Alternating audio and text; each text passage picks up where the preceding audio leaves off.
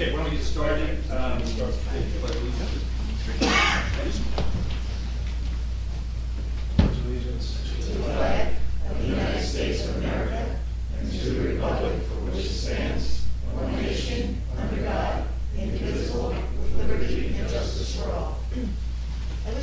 that 48-hour notice is required under the Open Public Meetings Act, was published in the Asbury Park Press, the Co-Star, and the New Coaster on December the 16th of 2021.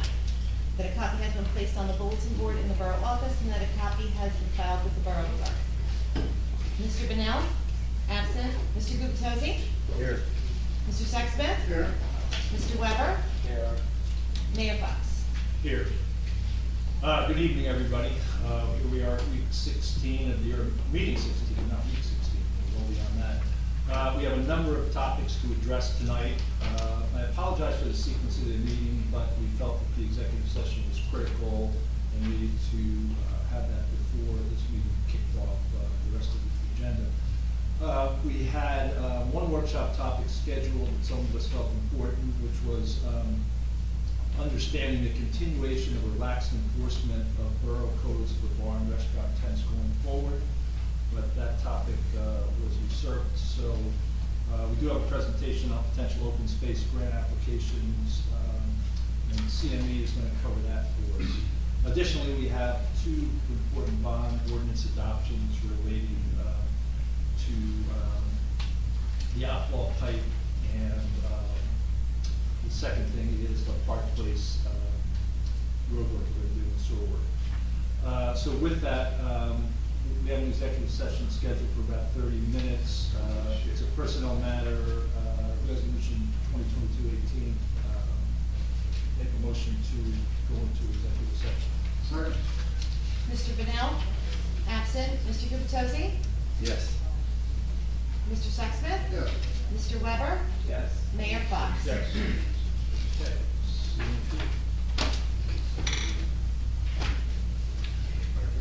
Yeah.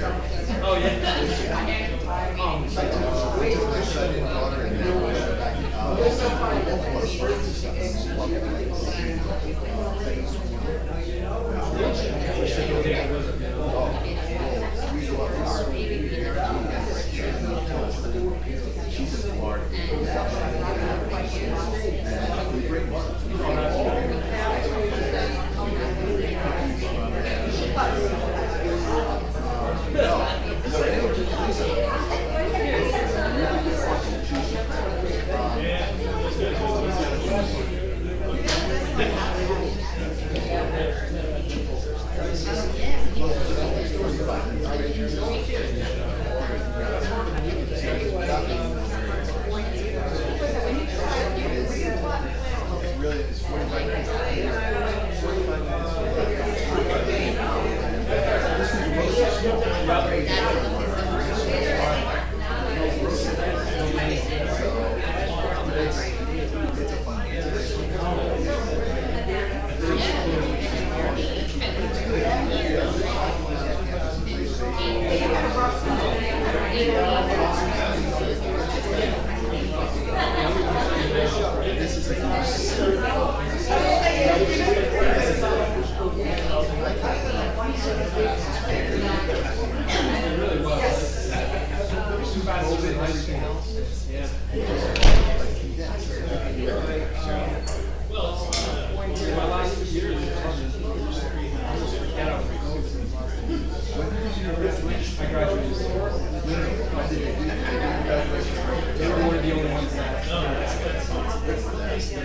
Get rid of my grass. Because I hate my brother. She doesn't mind.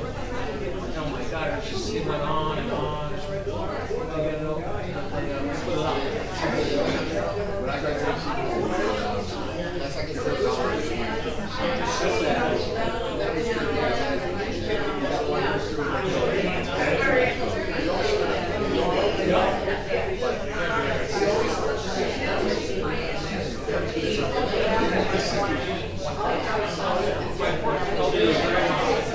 PNC.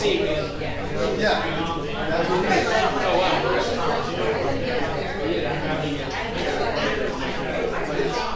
I think for these kids coming out,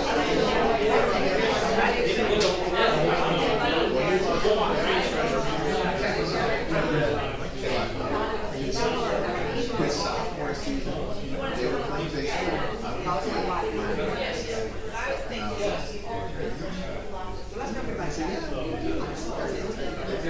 But it was like, we weren't allowed to go. We were literally, a bunch of friends, we stood on a hill, like each half mile away, literally watching.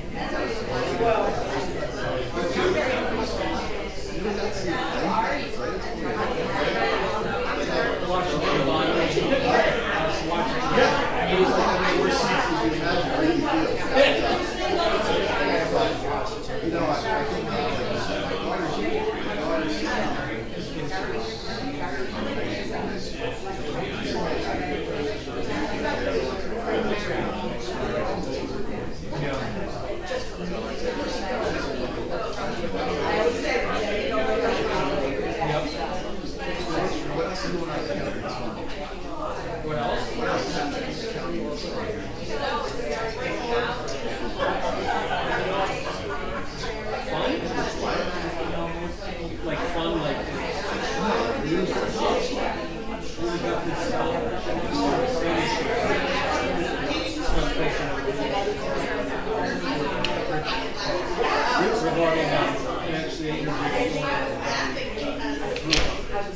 regarding state regulations for the group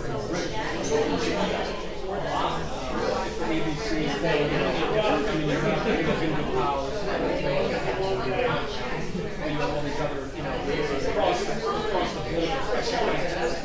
I mean, you can see regulations are clean. Yeah, no, it's insane. They can't restaurants or food trucks or something. what about like So you can have a direct partnership with a specific municipality. You can have a specific relationship. I mean, all those are. I don't know how they certify business people have to order things themselves. The business itself can't, advocate for this. In other words,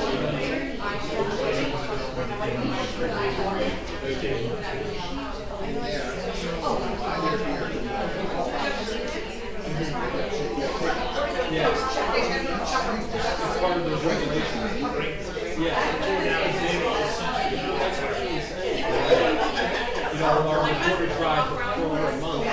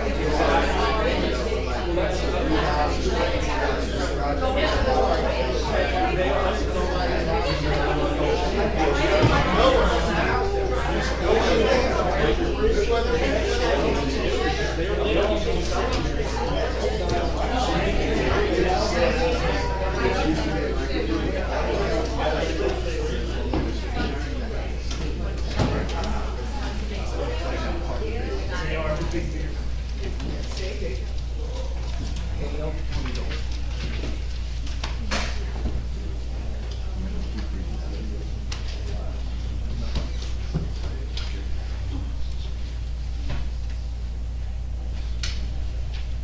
Okay, thank you all for your indulgence there. We'll go to agenda item number 6. There's 2 workshop items. One is 2020 board recommendations. Second is the new state multifamily dwelling insurance information collection requirements. Let's see, Paul's joining us. Paul is on the, Zoom. Okay. All right, first item.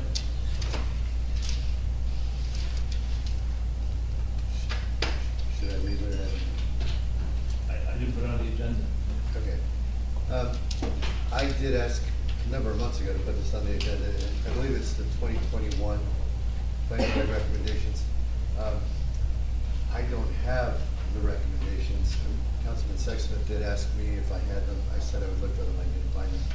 I thought over the following week or so, matter of public record, we would have come up with that. The reason I asked to put this on the agenda is because at the end of 2021, the planning board made recommendations specifically given to them by the strategic task force under Paula Gavin. And Paula Gavin had worked with Christine Bell, the planner, who put together a fairly comprehensive list of recommendations, presented to the planning board. If the planning board chose to accept those recommendations, they in turn would make those recommendations to the council. What transpired was I believe there were 10 recommendations, and of those 10, the planning board agreed with 9, and they were largely intended to manage density, just basically better align our zoning ordinances with our master plan. One recommendation that the strategic task force made that the planning board had kind of mixed results on, and ultimately the majority of the planning board decided they did not agree with their recommendation, was specifically to make hotels a non-permitted use on Main Street. For what it's worth, as a member of the planning board at that time, I thought, I liked all 10 recommendations. I thought they were all valid, including considering making hotels a non-permitted use. The discussion at that time, the pros and the cons, just for the benefit of this audience, was really focused on what I would describe as the exception to the rule. There were members of the planning board who said, if we make hotels non-permitted uses, that would also rule out boutique hotels, small, quaint, charming hotels that might actually be an added value to Main Street, that might attract foot traffic and so forth. And that was largely, as I recall, it was fairly evenly split, but it was a majority said, yes, let's not include hotels as a non-permitted use. No, it was actually unanimous. It wasn't because I voted against it. Yes. No, you did, you voted for it. No, I did not. I checked with the planning secretary last night, and she validated that. Okay, let's go to the videotape. I not only didn't vote for it, I specifically spoke against it. I'm just telling you what the clerk told me and it's in the notes. So regardless, the point of this workshop, I had hoped, would be that we could have discussed all 10 recommendations, including the one that the planning board did not approve. And of course, Mr. Mayor, you have that detail, but you didn't have the materials. I guess the plan was to have me bring the materials to the meeting. They were not shared with the council, they were not shared with the public. But regardless, I think it's important, the planning board members agreed with 9 out of the 10 recommendations. I was just trying to add color, specifically because I remember the one that I disagreed with. But I wanted all 10 of those recommendations to be discussed tonight at our council meeting. And again, Councilman Sexsmith reached out to me. I was traveling, I was in Washington, D.C. I said I would look for the materials when I got back. I was nonetheless surprised that none of us were provided the materials. So I imagine now I will just have to ask that we speak to all 10 of those items at a subsequent council meeting, since none of us have the materials for tonight. Did we contact the planning board head who's responsible for that?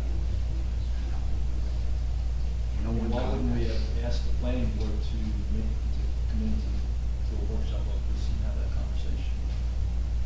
I think we should have done that. Are you saying the individual council member who asks for the topic should have done that? I wasn't sure what the topic entailed. It entailed reviewing the recommendations made by the 2021 planning board at the end of the year, and I assumed the folks who manage the day-to-day operations, led by the mayor, would have coordinated the data gathering. I assumed incorrectly, but the point still is, the planning board went, first of all, the strategic task force, followed by the planning board, went through a great deal of effort to put together recommendations for the council. Here we sit in September of the following year, and we have not yet addressed the planning board's recommendations. I simply asked, as we were putting together a list of agenda items, can we include those recommendations so we as a council can discuss which ones, if any, we wanted to pursue. And now I find that the folks who prepare our agenda packages, the folks who post these agendas. I think it was just a miscommunication. Yeah, but I'm So- beginning to feel it's a little bit of a setup. No, I don't. I think No. that, we need to move on if you wanna put it back on the agenda for a workshop item in the future. I would we'll just like to ask do the that. planning board. And who would prepare those materials? The planning board. These are their recommendations, are they not? Yes. It So is. that would be the planning board. So, Mr. Mayor, I think So I the think- next time you, I'm sorry, let me just finish. So the next time you want it on the agenda, if you would just specify that the recommendations are not in your possession, that we need to get them. And then that way, the appropriate people will then reach out to the planning board to get the recommendation.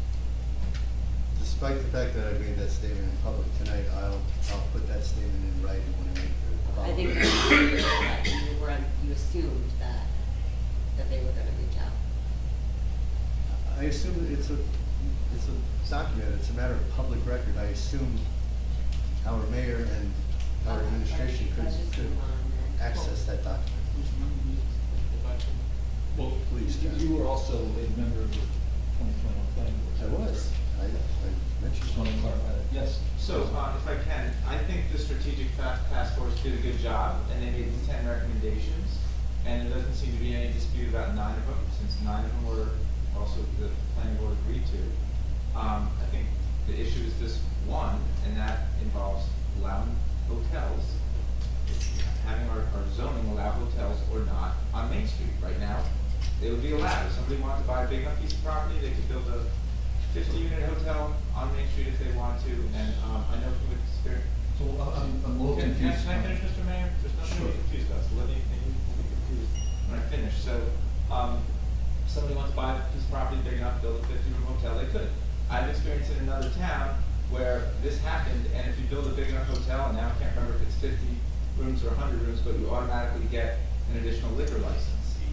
So that's a concern for me. So I don't know why we can't talk about this. If 9 of these are agreed to, this is the one that is not everyone's in agreement on. I think this is the perfect time in a workshop.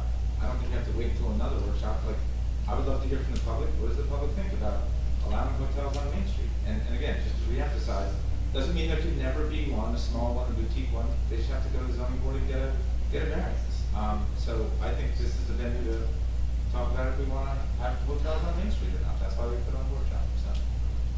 I think this discussion is premature at best, because they provided us with 9 or 10, whatever the number was, of technical recommendations to changing the zoning laws, one of which was hotels, one of them had to do with density, and there were some other things that I don't recall. But, we're gonna sit up here and expect the public to have a conversation about these technical changes to the zoning laws. I think we would be much better served to lean over the counter and say, Ms. Humphrey, can you direct the borough engineer to start drafting revisions to the zoning laws based on the recommendations of the planning board? And then when we have those revisions in hand, we can see what the actual technical changes are, what the impacts are, then we can talk about it. And if I could just, and I don't agree with the way you characterize that, Tim, because, like I said, the 9 were already agreed to. There was a public forum, there was a meeting, people were concerned, they could have gone to that planning board meeting and voiced them. I don't feel like we need to hear from the public on all 10 of these, I'd like to hear from the public on the one, or there was an agreement, that's all. Okay, so I guess what I'm struggling with here is that the planning board unanimously, from the vote I have here, voted on 9 recommendations. And that's what they made the recommendation on. What I'm now hearing is, well, we don't want to talk about the 9, we want to talk about the 1 that wasn't part of the approved recommendation. So I'm confused as to, are we now retrospectively now challenging the planning board and saying, well, we like the 9, but we also like the 10th, and who's making that challenge? Well, I think it's just to respect the work of the strategic task force if they made that recommendation. Because as everybody knows, if the ultimate decision isn't with the planning board, it's with the council. Well, the ultimate decision isn't with the strategic planning group, the ultimate decision, recommendation was with the planning board. The ultimate recommendation was with the planning board, they made that recommendation. So what I'm confused about right now is,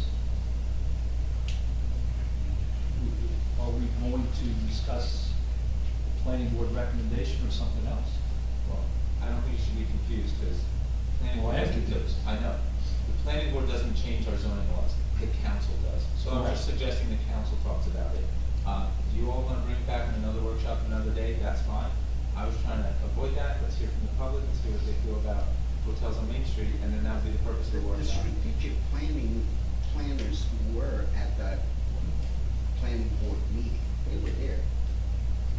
And they didn't object to what the No, planning board said. Mr. Shuck was the planning board chair. So if you want to get up and address the group.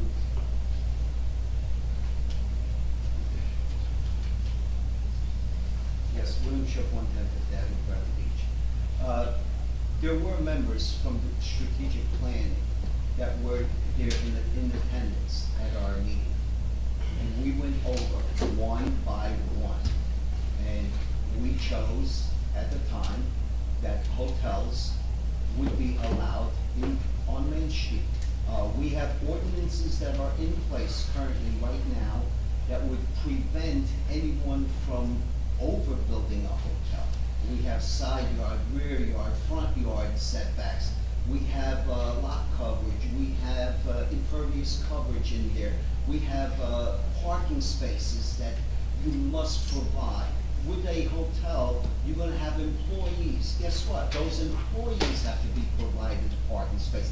It cannot be, well, you know what? I'm only half full, so I'm gonna have my employees use those parking spaces. No, they have to be counted in as one group, right? I go to hotels during the wintertime with my gymnastics. Usually I stay twice a week, twice a month for a weekend at a hotel. The first thing I am asked, proof of ID, my driver's license.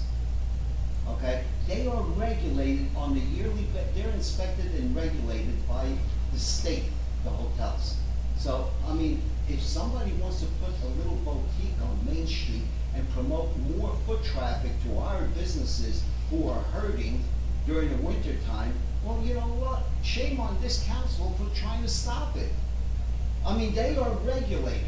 It's not gonna be like a, I don't wanna use the word, but, a dump. It's not gonna be a dump. Nobody's gonna invest money to build a dump. Where this council should be actually working on is this Airbnb regulation. Next meeting, though. No, it should have been way before next meeting. Mayor Fox has been asking for it, and you guys would rather deal with the chapter 5, trying to figure out who's ruling who. You need to deal with Airbnbs, okay? I mean, hotels and motels are regulated. Are you aware we had an Airbnb mechanism to track Airbnb? And you know who got that mechanism in place, Mr. Shuck? Myself and Council President Sexton. And then the borough could not provide the information that they needed to monitor Airbnbs. This was in January through like March. And I was 2020. pushing it from 2017. Well, good for you. Okay. We're off topic. But anyway, to Topic stay, is planning go board back with the recommendations. hotels and motels, you know, the planning board decided. I mean, you know, we To make all, it was recommendations. unanimous, and you were there, and even in 2019, you voted, when we did the economic strategic plan, you voted for the approval of the hotels being left in the books. In 2019, you even voted yes. Obviously, you've done homework on this. Oh, well, put it this way. I don't It's recall memory. any. I remember. Yeah, well, I don't. I do. But the point here is what we think today. And all I did, So- you're trying to make a political issue of this. No, I'm not making no political. Did I mention simply said, politics? Mr. Mayor, can I speak? I'm talking about hotel. And what I simply said was, I wanted to discuss all of the planning board's recommendations that came from the strategic task force. That's all I wanted to do. I thought I framed the pros and the cons of hotels very fairly. I talked about foot traffic, I talked about the quaintness. I just wanted to have a discussion, Mr. Shuck. So you Let's not don't- make this a political issue. It's not political, so you don't like the fact that the planning board decided that, you know what, we're gonna keep hotels because it's gonna be good for our businesses. The planning board made a recommendation. I like that. Yeah. They can do that. Well, that's why it was sent, and we made a recommendation, and now you're challenging the recommendation I'm just not for one. challenging. Can I ask a question? Can I ask a question? So, these 9 recommendations, has the council acted on them? Nothing. No, we haven't, so we need to. So let's get them here, and let's have a discussion about the 9, and maybe we'll have about the 10, but And like I'm saying we Mr. should do it now. But Like Councilman Sexton had mentioned, Right, so you, have right, the- it have still the needs- engineers it still needs write it action all up. by the people up here. right, So let's have the get it up. engineer write it up, this way here you get to see what the outcome is gonna be of everything, and then bring it back. You know, because you're only discussing one thing, well, maybe there's a different impact on different areas. That you may turn around and say, well, you know what, that's right, we may not want one of these lines. You know? That's Like right. Mr. Councilman Sexton said. Right now, the recommendations are sitting out there in the abstract. Once we get them into a draft ordinance, we Exactly. can read what they are. You could read what they Understand the all are, impact. actually what they are. There's no, we shouldn't have a discussion now. Thank you. Yeah. Thomas J. Cohen, 612 Third Avenue. I was on the strategic planning committee. And a lot of the members were very surprised to even understand that you could build a hotel or motel in the borough of Bradley Beach. They were shocked, and that's why the recommendation was made. We're one of the few towns that has a very liberal ordinance on bed and breakfast. It's a conditional use. We just had the James Hotel get renovated, the old Sandcastle. They did a beautiful job. That's fantastic. They were a pre-existing use and they could do that. But other people can open bed and breakfasts if they choose to. Councilman Weber brought up a great point. If you build a 100-room hotel, you automatically get a liquor license. There's no benefit to us to have a hotel here. There's plenty of business on the street.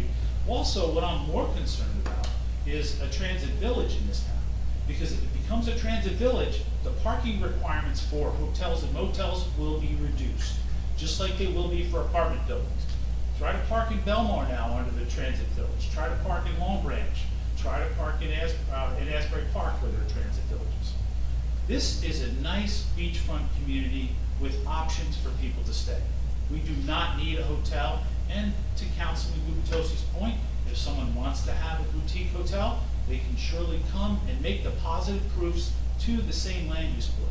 Also, Councilman Weber is correct that this council and these residents are the ones who decide on the ordinance, not necessarily the land use board. And this room was filled when that came up the first time with people who didn't want the hotels and motels. So it is the public, not the land use board, which makes the ultimate determination. But, and also, this is just another administrative failure that these documents were not posted on the website for everyone in this room to look at and for the council to look at ahead of time. It's really sad. Thank you. Thank you. Okay, why don't we move to the second item, which is the new state multifamily dwelling insurance information collection requirements. Kim, could you, Actually, Christine's gonna Christine's do gonna it, lead. and Paul, and I'll jump in as well. Do a call to go first. Yeah, Paul, do you wanna go first? Or do you want the attorney to explain the legislation that has passed? He's on mute. Paul, you're on mute.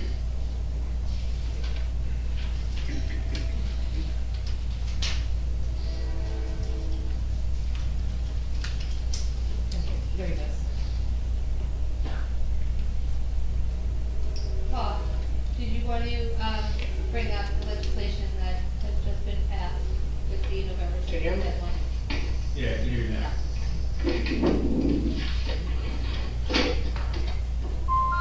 Good numbers so far, this is not surprising. Fan was one. Being 9 to 21. Hear your radio.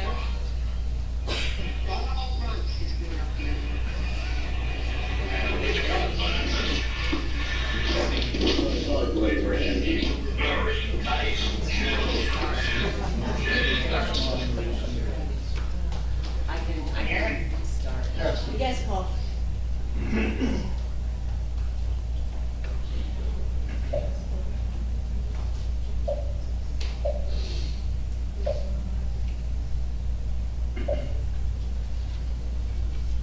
Can you hear me? Yeah, Yes. that's much better. There you go.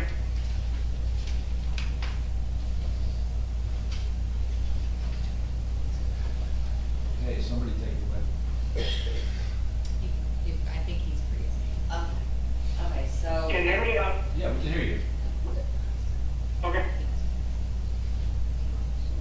I couldn't hear you, if you can rephrase what the exact question was. Oh, if you wanted to go over the new legislation that was just passed, with the November 2nd deadline for us to implement, Yep. something. So the state has come out with, basically something else that we're gonna be required to obtain a track, for rental properties in town, and businesses. For numerous reasons, there was already a law that existed at state level that said any business or any landlord, had to have, liability, insurance on them. It comes into play obviously for a business, and it comes into play for any rental property, because a rental property really is a business, unless it is a owner-occupied, single-family dwelling. Any space that you're renting out is looked at as a business. Therefore, insurance is required. Sounds like the lapse came about when, because you have to take that insurance and have it on file, there's really no process for record keeping on it, per se. So the state just changed up the way that that's gonna be tracked and followed. And of course, that means they kick it down to the municipal side. So the municipalities, from the way that this reads, are now going to be required to obtain and file copies of the insurance certificates from rental properties and from businesses. Additional to the obtaining and filing of it, there is verbiage in the state law that says we can apply basically a processing fee for that. And then the biggest thing I think that's open is the enforcement level on it, or how compliance is gathered if people don't send it in. There's verbiage in there, again, it can go through a summary collection, as other penalties and liens and fines do. But it's something that certainly needs to be discussed and written how we're gonna carry it out. Thanks, Paul. So, and I don't know if you wanna go over the different, areas that we have to address. So based on the code as it's written now, you have to decide first, first of all, what a reasonable administrative fee is for this type of filing. Because the landlords and the businesses are all gonna need to file this. When they're going to need to file, basically, they have to do it once every year, I believe.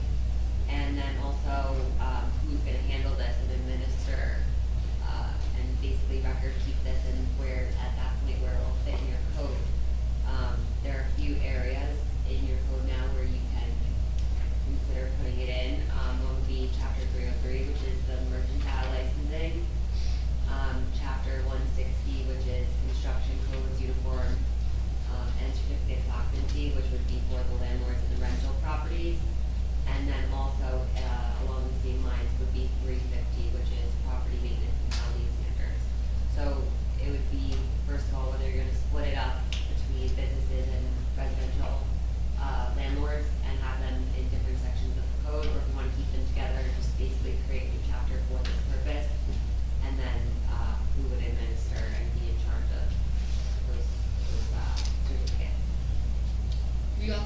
Go ahead, Paul.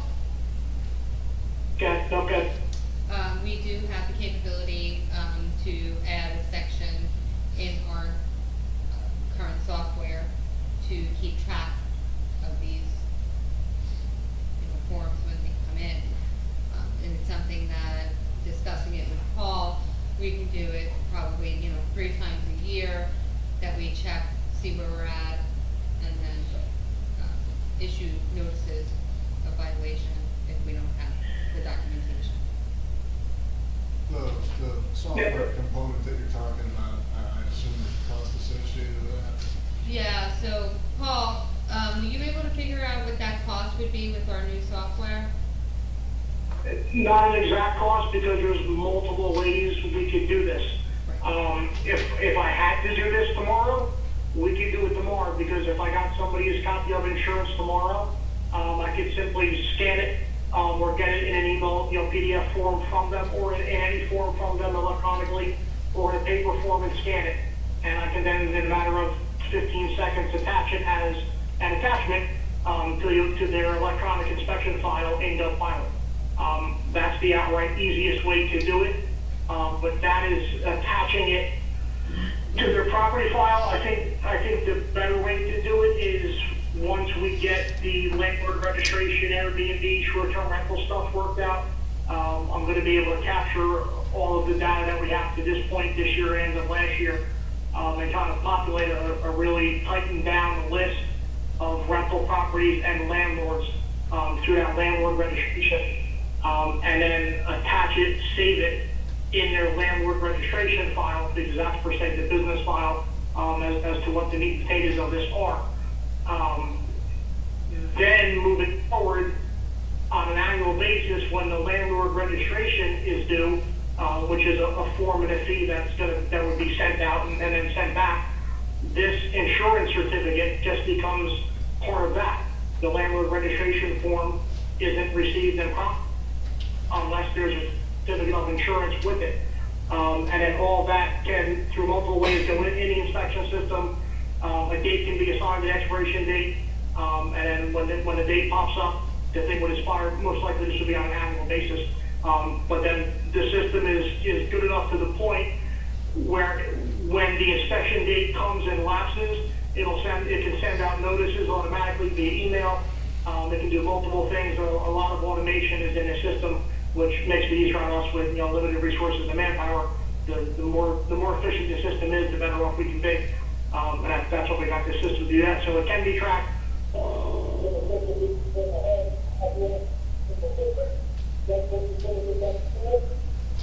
Hold on, Paul, wait, hold on.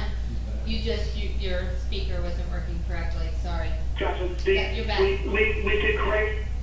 could create a whole separate module in GovPilot, just to track these certificates individually.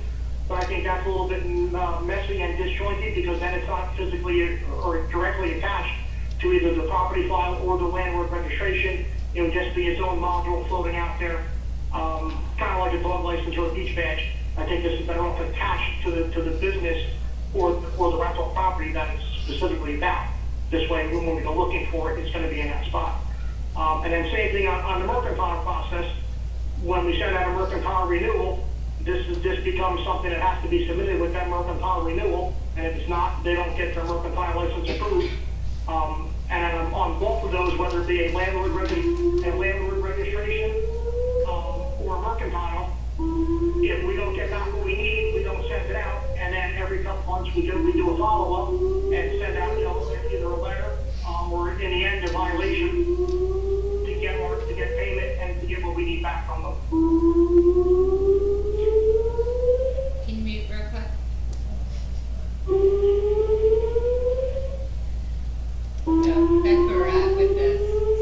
So we have to address it in our codes, and we have to have a procedure and policy. By November 7th. Second. So this applies to all rental properties? So if you have a single family house, a garage apartment, if you've got a duplex and you're living in one half and renting the other half, everything except owner occupied or you're renting out a room? So it applies, it depends on the the amount of insurance based on what type of property it is. So for businesses and rental properties with 4 or more units that are not owner occupied, the law requires $500,000 of liability coverage. For multi-family dwellings of 4 and fewer units that is owner occupied, the requirement is only $300,000. Sam, would you say this is like an unfunded mandate from the state? Because I feel like they passed this law and then it's up to us to figure out how we're gonna. So it's a new requirement, for businesses and, across the board to have this on file with municipalities. However, when there's some sort of eviction lawsuit or a landlord initiates some sort of summary dispossess proceeding, they have to file, a certificate of registration with the clerk of municipal clerk. So there are some reasons why these landlords would file, these types of documents, but it hasn't been a requirement passed out from the state for everyone at this point. It's new. Do we think we can get this done in 6 weeks? We can definitely, we have a procedure, that we did come up with, as you heard Paul say. Now it's up to you to have the code changed and write them into the code. So that's for the month of, well, And this is done by ordinance. so it's an ordinance, so you're gonna, Next week, we should. correct. Question, either for you or for Paul, Kim, how does this law align or butt heads with existing short-term rental laws? I know Asbury's got ordinances in place, I know Jersey City, where they register Airbnbs, they register short-term rentals only. And with those registrations come a collection of like hotel fees, and, it's just a different model. Do you have any sense for how these two will integrate? Well, I think we would just put it on the short-term rental, application, if that's what you're asking. And in terms of, conflicting and making them, the requirements for those types of short-term rentals more onerous than the regular long-term landlords, then you have the ability to, impose a reasonable administration fee. So you could adjust it based on the type of property and the purpose that it's used for. Once we look into if there is a conflict, then you can require different amounts and different fees.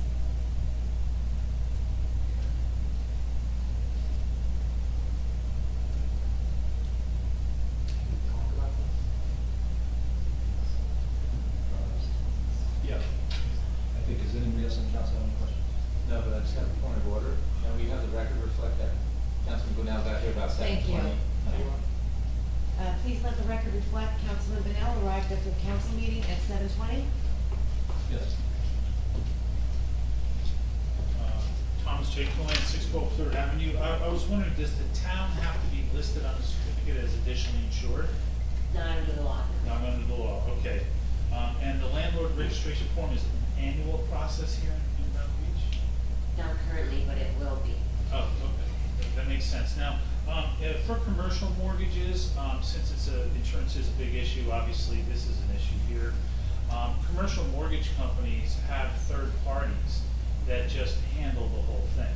I mean, it may be worth it to look at a third party who will just annually, I have a few commercial mortgages, they just send me an email, it doesn't come from the bank, we're looking for your proof of insurance, I download it, I send it over to them, and I'm done. So they send out the notice, they review and maintain the documents. It may save the office a little bit of time, but these third parties do exist just for this purpose, and you'd only have to input the businesses and the landlords. So, just a thought, thank you. Yes. Dr. Tom McGuire, 610 Brittany Avenue. So I have business in town, and so I have to just supply my insurance as well as the landlord. The landlord has to supply their insurance as well. But we're getting charged a fee to show you that I have insurance. It's a registration fee, so in order to register the certificate of registration and your proof of So liability insurance. Pay a there is registration that I have proof of insurance. Is there any way that we just can include this in our mercantile? Because I have to pay for mercantile every year. It has a form, that says submit this. Can't I just submit that with it and include that in there? Because it's literally just making a photocopy of my insurance. I know you guys have to track it, but you track mercantile, so why can't we track it that way? I just don't want to be, it's like getting pulled over in a car and then asking me to show proof of insurance and I have to pay a fee to show proof of my insurance. Seems like it's overdoing it. Is there any way that we don't have to pay for that? Are you the landlord? No. So. But I'm the business owner But there. that's a question that needs to get addressed then, if we put it on a mercantile license, people that are applying for mercantile licenses as tenants. Because it does don't include have to tenants, do this. correct? Not just the landlord, right? No, it's the owner of the business or the property. It's not the tenant, but he said it was the tenant, but he said it was the tenants too, the business owners. Did The anyone- business owners of the property, I'm sorry, the business, Yeah, can you the ask him? businesses and the owners of the rental unit. So the businesses, individual, you would be then the tenant, I guess, in the property that you're operating out of. So you would be required then as a business owner. Wait, you just went in a big circle. I'm sorry. Can you clarify with Paul? Is he doing this too? It's not tenants in a matter of residential tenants, but Right, if you're a okay. business tenant, then yes, you have to register your business and liability insurance. So I register every year, so we can just include that without administering a fee, correct, through the business? Well, that would be up to the council's pleasure, yeah. So Mayor, can we not include that into that as far as a fee to hit our wonderful Main Street? Because we're already paying a fee for a mercantile, just one little checklist extra on there. Is there any way that we cannot get hit with something We can else? certainly look at that, but we need to look at the whole kind of picture and say, is there a cost? Because, the software costs, the cost we have to offset. Do we need a software? We track mercantile the same way, why can't we just, I see what we're doing double work and paying for something we don't need. Do you need to have a software to track insurance or are you tracking mercantile? I think you just- Seems the same like we're doing. We are looking into it further, so I 'Cause I know he see said that some being a system. large fee, yeah, so there is a system that we actually track mercantiles in as well. And we can't just use that system? Or we We're just don't know? seeing, we're trying to see, this was very quick, this was I know, it's not very- like, this yeah. wasn't like, we Yeah. had a year, like, we just got this handed to us, and Yeah. we had to get it implemented right away. Okay. So we're looking to see if we can get our software, company to allow us to attach that documentation Okay. without creating a separate module. We charge more for that module. Okay, thank you, and I really I just, can't see that it would be much. for the software to add, even if it's a module. Right. Okay, just because I'd rather not pay a fee to just show insurance, that just seems ridiculous, because I already have to show proof of things, and that just doesn't. Thank you very much. Thank you. So there's no one else, so we'll move to the next agenda item. Presentation bids, CME, you guys could introduce yourself, Ben Matlack's not here, so we're gonna have a representative from Stand in. CME, providing us a presentation on this. Well, my name is Drew Pavlik. I'm an engineer with CME Associates, a Borough Engineer's Office.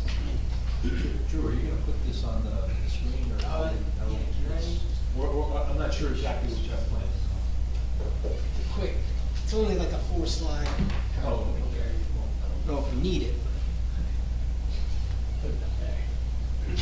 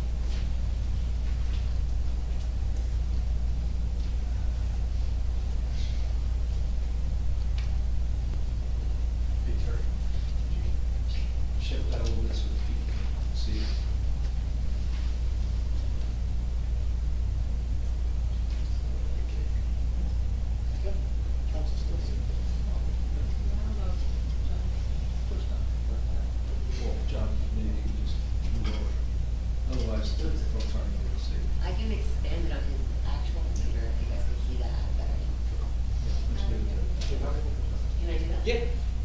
Thank you. You're sharing from here though? Sure. Yeah.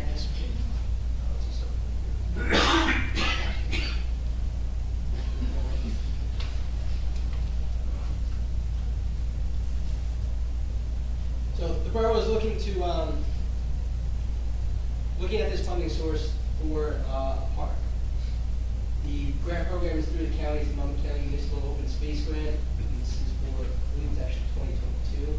The project we're looking at is Recreation Center Park. So the grant program is a matching program. The county will match municipal funds up to $250,000. So on a $500,000 project, they'll contribute up to $250,000. One of the requirements of an application is a public hearing. That's what we're doing today here. And this is really just to grant authorization to apply to the program, not so much to program exactly what color the benches are going to be, not to any kind of level of detail. So,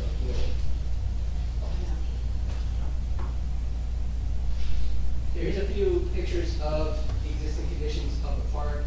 There's some drainage problems, courts are falling apart,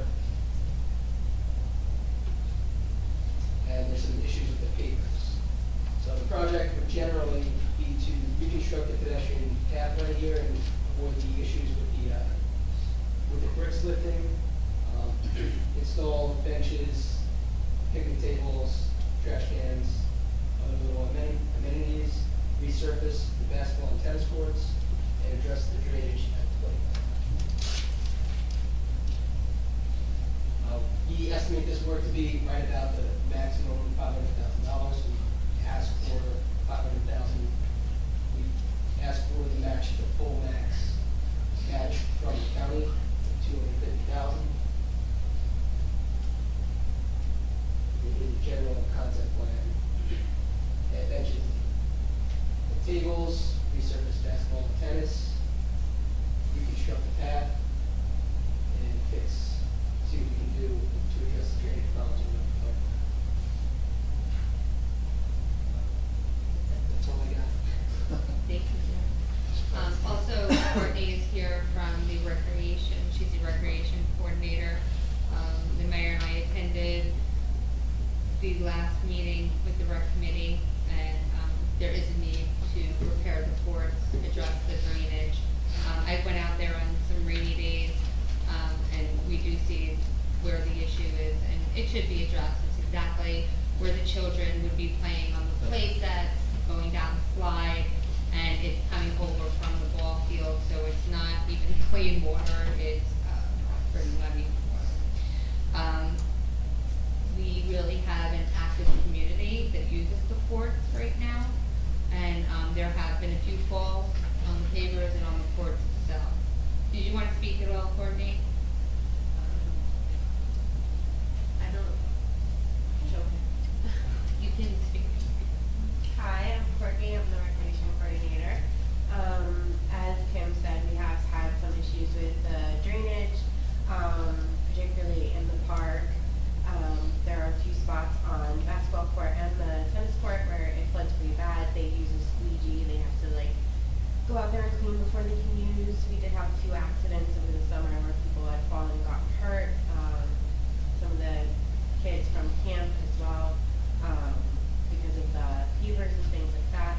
So there is definitely a need for it. And we've had a ton of traffic at the community center recently, between camp and we just recently had back to school bingo. So like it's in use. We're definitely using it. We're making good use of it. So any improvements would be appreciated. Yeah, the court's really worn down to the nose. Yeah, in some places, yeah. Drew, what's the plan for the trees? And the trees along the walkway are, I know they're lifting the pavers, is there a plan to replace those trees, or? Yeah, that could be, definitely be something that we could include. I think there were definitely 2 trees that needed to be addressed. Can we have the tree expert look at them and make that determination? Yeah, if we do go forward with the grant. Any other questions?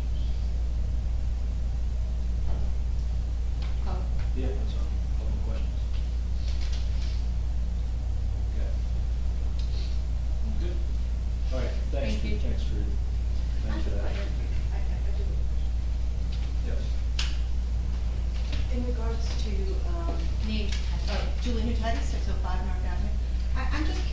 where did you come up with the $500,000? I understand that we can get a grant, you know, the matching grant, if you put in 250, the government will give you 250. It almost seems like we're building the budget so that we can get the 500,000.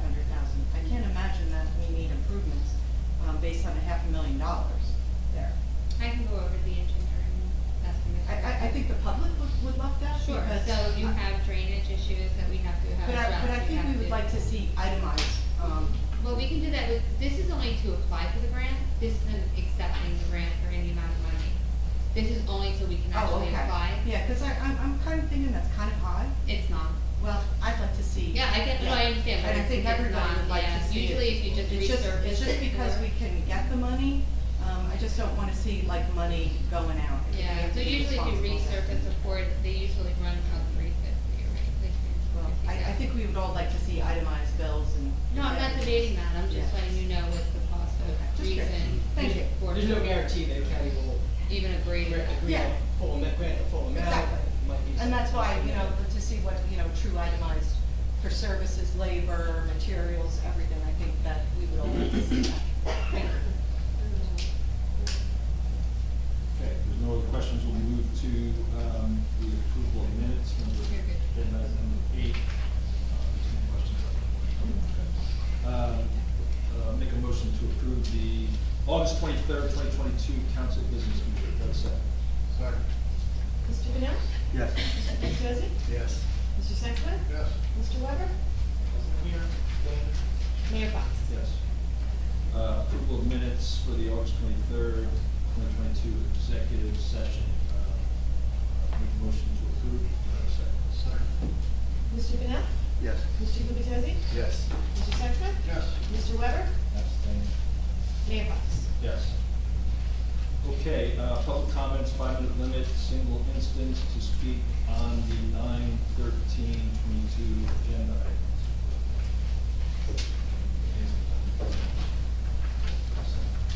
No?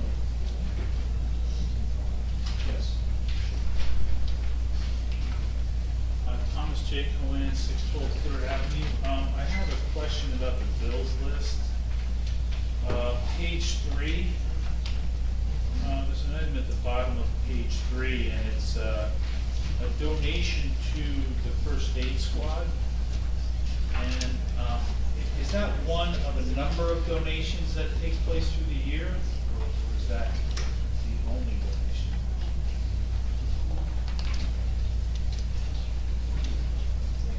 I didn't hear, I'm sorry, I didn't even hear it. These That's are- their one donation to the, So that's it, that's all the money that this mayor and council gave to the first aid for a whole year? yes, it's actually an increase this year from what they've gotten in prior years. Really? So they run that on $35,000? No, that's only for certain equipment and supplies. They're also, they fundraise for money as well. Okay, just doesn't seem like, I mean, we're giving the library over $500,000 and these like say. That's set by, Oh, I know, yeah, we don't. I'm not arguing that, I mean, we gotta look at that trend, but thank you very much. Okay. All right, let's move to ordinances. We have 2 ordinances for adoption tonight. The first is bond ordinance 2022-10. It's providing for improvements to Park Place Avenue Phase 1, appropriating $556,000 therefor, and authorizing the issuance of $363,000 in bonds and notes to finance a portion of the cost thereof authorized in and by Borough Bradley Regional, New Jersey. That's why. I'll start with any council comments on the adoption of this ordinance. Okay, then I'll make a motion to open the 2022-10 adoption hearing for public comments. Second. Mr. Vanel? Yes. Mr. Gubatose? Yes. Mr. Sexton? Yes. Mr. Weber? Yes. Mayor Fox? Yes. Questions or comments? Okay, I will now close the, make a motion to close the public hearing and move to vote on 2022-10. Do I have a second? Mr. Vanel? Yes. Mr. Gubatose? Yes. Mr. Sexton? Mr. Weber? Yes. Mayor Fox? Yes. Okay, bond ordinance, 2022-11 is bond ordinance providing for stormwater outfall improvements, appropriating $3,500,000 thereof, and authorizing the issuance of $3,500,000 bonds and municipal finance a portion of the cost thereof, authorizing in the borough of Bradley Beach, County of Monmouth. We'll open with council comments just before we get that started. I just want to make sure everybody's aware that this is a shared cost with Avon. Continue to work closely with them, pretty much a 50-50 split on how we're going to do this. We can handle most of the administration, but we're going to try to ship some of that as we go. So I'll open it with council comments. Question? Well, two questions. One, Mr. Mayor, you just read language that said a portion of the cost thereof, but that wording is actually struck in my copy. Yes. So I guess my question is, why are we striking that? Because at our last introduction meeting, we discussed that the 3.5 million was an estimate of the total cost, and that we would share half of that with Avon. Yeah. I'm just wondering, why are we striking the wording a portion of? It was reread by bond counsel, and both towns' bond counsel felt as though this needed to be redlined. It will be addressed in the agreement that the two towns have together with the communities. So, although we are approving this, we don't expect to borrow this ourselves, the full 3.5 million? So we will borrow, not a portion of it, but we will borrow it. All of And- it? Yes, and then we will have an agreement where we levy it to Avon to pay us. Their amount. And just so we understand, why is it structured that way? Why are we not each? Well, that went through bond counsel, it's a better structure, because you can then award the contract, one single award. It's truly a 50-50 split, so, it would have been one town was gonna have to take ownership of it. And we'll do the administration of the bond, collect the payments from Avon, we'll be able to award the contract. Now, this is, and remember, everyone, this is just an estimate, it might not be this amount of money.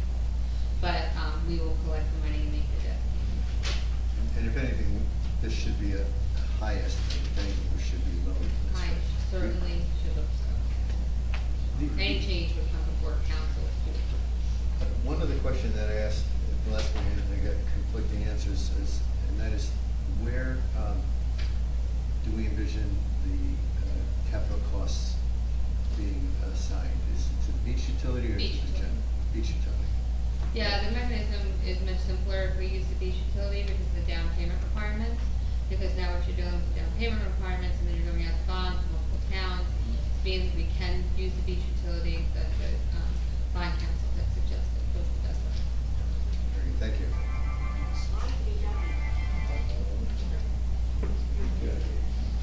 There's no other council comments. Make a motion to open the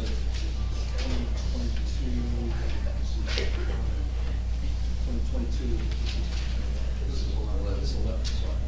Adoption hearing for public comments. Sorry. Mr. Vinel? Yes. Mr. Gubatose? Yes. Mr. Sexsmith? Yes. Mr. Weber? Yes. Mayor Fox? Yes. Public comments. Okay, there's no public comments, so I'll make a motion to close the adoption hearing and move to approve resolution 2022-11 to a vote. Sorry. Mr. Vinel? Yes. Mr. Gubatose? Yes. Mr. Sexsmith? Yes. Mr. Weber? Yes. Mayor Fox? Yes. Okay, communications, we had, one salary amendment to the 8/23/22 season lifeguards. Moving to 12, we have, on resolutions, we have a limited number tonight. On consent agenda, we have, 3 items, 2022-219, the bill list for September 13th, 2022. We have, 2022-220, the approval of a refund for block party application in the amount of $20. 2022-221, authorizing Coastal Rhythms Association to conduct their silent disco in September and October on the 5th and beach. I'll make a motion to approve the consent agenda. Sorry. Mr. Vinel? Yes. Mr. Gubatose? Yes. Mr. Sexsmith? Yes. Mr. Weber? Yes. Mayor Fox? Yes. Individual resolutions, we have two, authorizing preparation and submittal of a municipal open space grant program for fiscal year 2023. I'll make a motion to approve 2022-222. Second. Mr. Bennett? Yes. Mr. Gubatose? Yes. Mr. Sexton? Yes. Mr. Weber? Yes. Mayor Fox? Yes. 2022-214, sub A, amendment to a resolution authorizing the award of emergency procurement for Ocean Park Avenue stormwater outfall. Make a motion to approve 2022-214A. Sorry. Mr. Bennett? Yes. Mr. Gubatose? Yes. Mr. Sexton? Yes. Mr. Weber? Yes. Mayor Fox? Yes. Okay, we will now move, there are no announcements, so we'll move to mayor and council reports. We'll start with Councilman Leon. Okay, the first aid squad for the operation period from September 13th, 2022, the squad responds to 28 calls, 28 day calls and 23 night calls, for a total of 51. 29 were for medical, 16 were for fire calls. The squad provided medical coverage for the Bradley Beach 5K and the local summer event. We've provided medical coverage over the 3-day Labor Day holiday with 2 members and a Kubota at the beach. We've provided 2 backup crews while the Asbury Park Fire Department and the Bradley Beach Fire Department operated at a partial building collapse. The squad had 4 members attend the American Red Cross training. 2 members amended the 56-hour, two members attended the 56-hour emergency medical response course and obtained their 2-year certification. 2 members also recertified in the same class and received their 2-year certification. The squad provided mutual aid twice to Ocean Grove and once to Neptune City. The squad required no mutual aid for this period. They fulfilled 100% of their assignments for the operational period. The fire department, for the same operating period, responded to 16 requests for the department. The department required assistance from the Asbury Park Fire Department's Special Operations Unit at the partial building collapse. Our firefighters are working along with Asbury. After several hours, they had the building secured and made safe. Chief Hagerman would like to thank all involved in this operation, Bradley Beach Police, OEM, EMS, for bringing it to a safe, injury-free conclusion, and for the valuable training experience the Asbury Park Fire Department provided to our membership. The department fulfilled 100% of their assignments this period. As usual, they're still looking for volunteers for fire and first aid. They offer free training, qualified individuals. Anyone wishing to volunteer for the fire department or the first aid squad, applications can be found on the borough website. That's the end of my report. Thank you. Councilman Lutos. For starters, Mr. Councilman Weber, I don't know, you may also have a Shade Tree Commission update. I'm going to say one quick thing because I substituted for you at the last meeting. And the Shade Tree Commission just wanted to make sure that their liaison followed up with the borough just to make sure that we were developing an action plan for the tree inventory, the red flagged trees. Those are apparently ones that need to be fairly immediately removed. John, are you aware of that as well? Okay. So just want to make sure that's, acknowledged by the administration. Sylvan Lake, off and on over the past couple of years, we've talked about opportunities that Sylvan Lake is pursuing to try to secure grant funding that they can work on a restoration of the lake. We just received notice a couple of days ago, I forwarded it to the mayor and our BA, that the engineering firm working on this with the Sylvan Lake Commission apparently has been awarded $140,000 to begin some preliminary phases of their design work. So if this is all true, if I understand the notification correctly, it's a great first step for what's probably $1 million plus project. But you can't get to the project work and the actual restoration until you have a design. So the team seems to be very excited about that. I presume, though, Mr. Mayor, you and our VA will follow up with whatever issues the borough needs to address regarding that. That's a federal grant, by the way, REPI. And then finally, I don't know if anyone else in the audience has ever woken up in the middle of the night to screams of, "Your house is on fire." But that actually happened to me a little over a week ago. My adult sons had some friends staying over, and one of his friends, who I knew from having met them over dinner, came pounding on my door just about midnight, my bedroom door. I was in my gym shorts and t-shirt, and he said, "Your house is on fire." So the first thing you do is try to wake up and figure out like where you are and who is this stranger yelling at you, like, "Your house is on fire." And then, of course, we immediately went outside. Fortunately, the house itself was not on fire, but a transformer and a telephone pole within 5 feet of the roof of my house was sparking. It had flames dropping to the ground. And the reason I tell this story is because our fire department was phenomenal. They were first on the scene. They were very thoroughly inspecting our entire house. Again, this is midnight, 1, 2 in the morning. Inspecting a house for hot wires and things that might have been damaged by this sparking transformer. They teamed up with a few folks from Asbury. Asbury Department also showed. And then someone mentioned Chief Hagerman moments ago. The chief actually stayed with me just in my front walk for a couple of hours, waiting for PSE&G to come out so they could evaluate the damage on the pole. Turns out there was a connection in the transformer that had burned out and caused all this sparking. So it obviously could have been a lot worse. But I just wanted to give a personal thank you to our fire department and a comment to all of you. I hope you never lived through that. It's a scary experience, and it was great that we had such a responsive fire department. So thank you to the entire department. That's it. Okay, Council President Sessions. Thank you, Mr. Mayor. For the police report, since the last meeting, the police arrested a juvenile for stealing a bicycle. For the rec committee report, Back to School Bingo was a huge success. Over 35 kids plus parents attended the event. Not one child left empty-handed. Over 25 book bags fully stocked with school supplies were given away. Karate lessons, scones from Back in Time Cafe, Finn smoothies, t-shirts from Murray's, and more were all donated by the local businesses generally. Senator Vingo Paul and his team were especially donating 10 book bags with all the supplies for those assigned grades level, plus 10 more bags of paper towels, Lysol wipes, and tissues. The rec committee all volunteered the night of the event and rocked it. We also made a huge basket of supplies for the teachers and staff that were dropped off yesterday.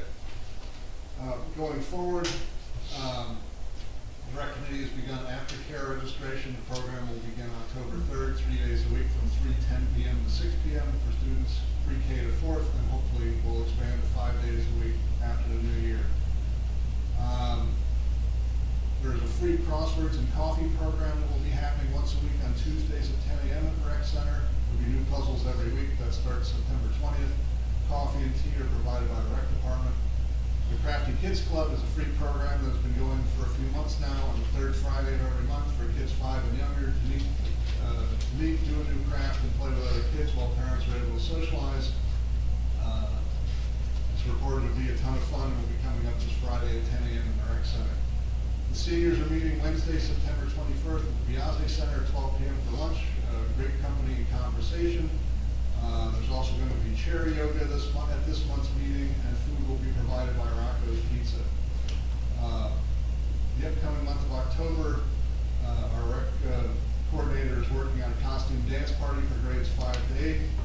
She's working on a 4 to 6 week fall pickleball beginners class that will hopefully be up and running soon, and also a trunk or treat event in conjunction with the Bradley Blue Parade and much more.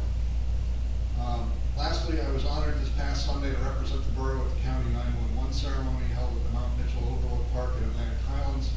I was there amongst numerous state, county, and local elected officials honoring the 147 Monmouth County residents who lost their lives that day, as well as honoring the tireless efforts of the first responders who selflessly ran towards danger to save the lives of others. Some of you may not know this, but our borough administrator served at the time as the New York Fire Department EMT. Ms. Humphrey spent countless hours over endless days tending to the injuries of the living and helping the families of the fallen grieve their losses. I'd like to offer a heartfelt thank you to our VA, Ms. Humphrey, as well as the members of our police department, fire department, EMS squad for the services they provided September 11th to the community.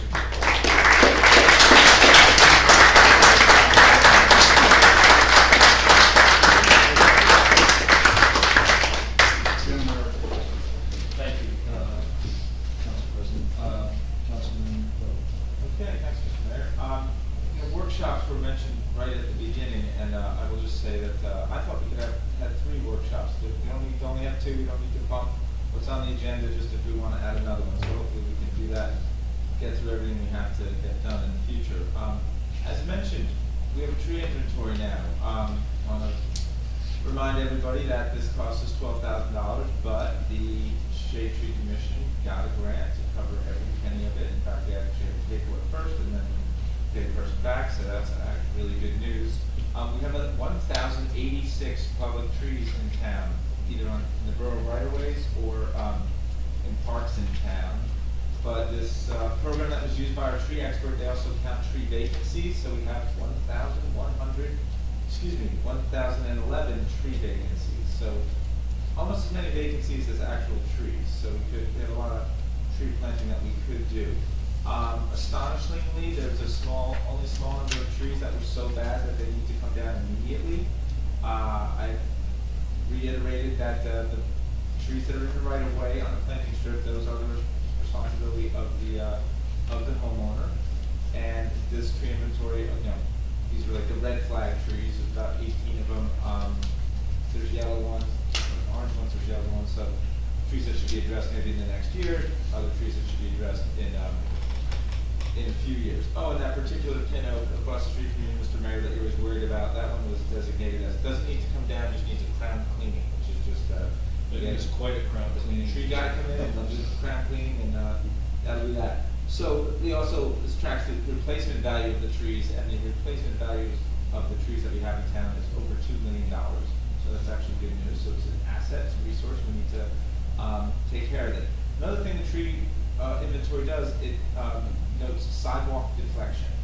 And if everybody remembers, between, I guess, a year and a half ago, year and a half ago, we had a big effort to have people fix their sidewalks in town. I would say, I don't know how many people, but I feel like hundreds of people actually fix their sidewalks, if there's enough of a deflection in the sidewalk. But apparently, not everybody did, because this tree report notes everywhere where there's a sidewalk deflection of at least 3/4 of an inch. So I don't know if that's the standard that has to get fixed. Ms. Humphrey, do you know, or probably not? There is I don't want to say. If it is, there's a lot of it.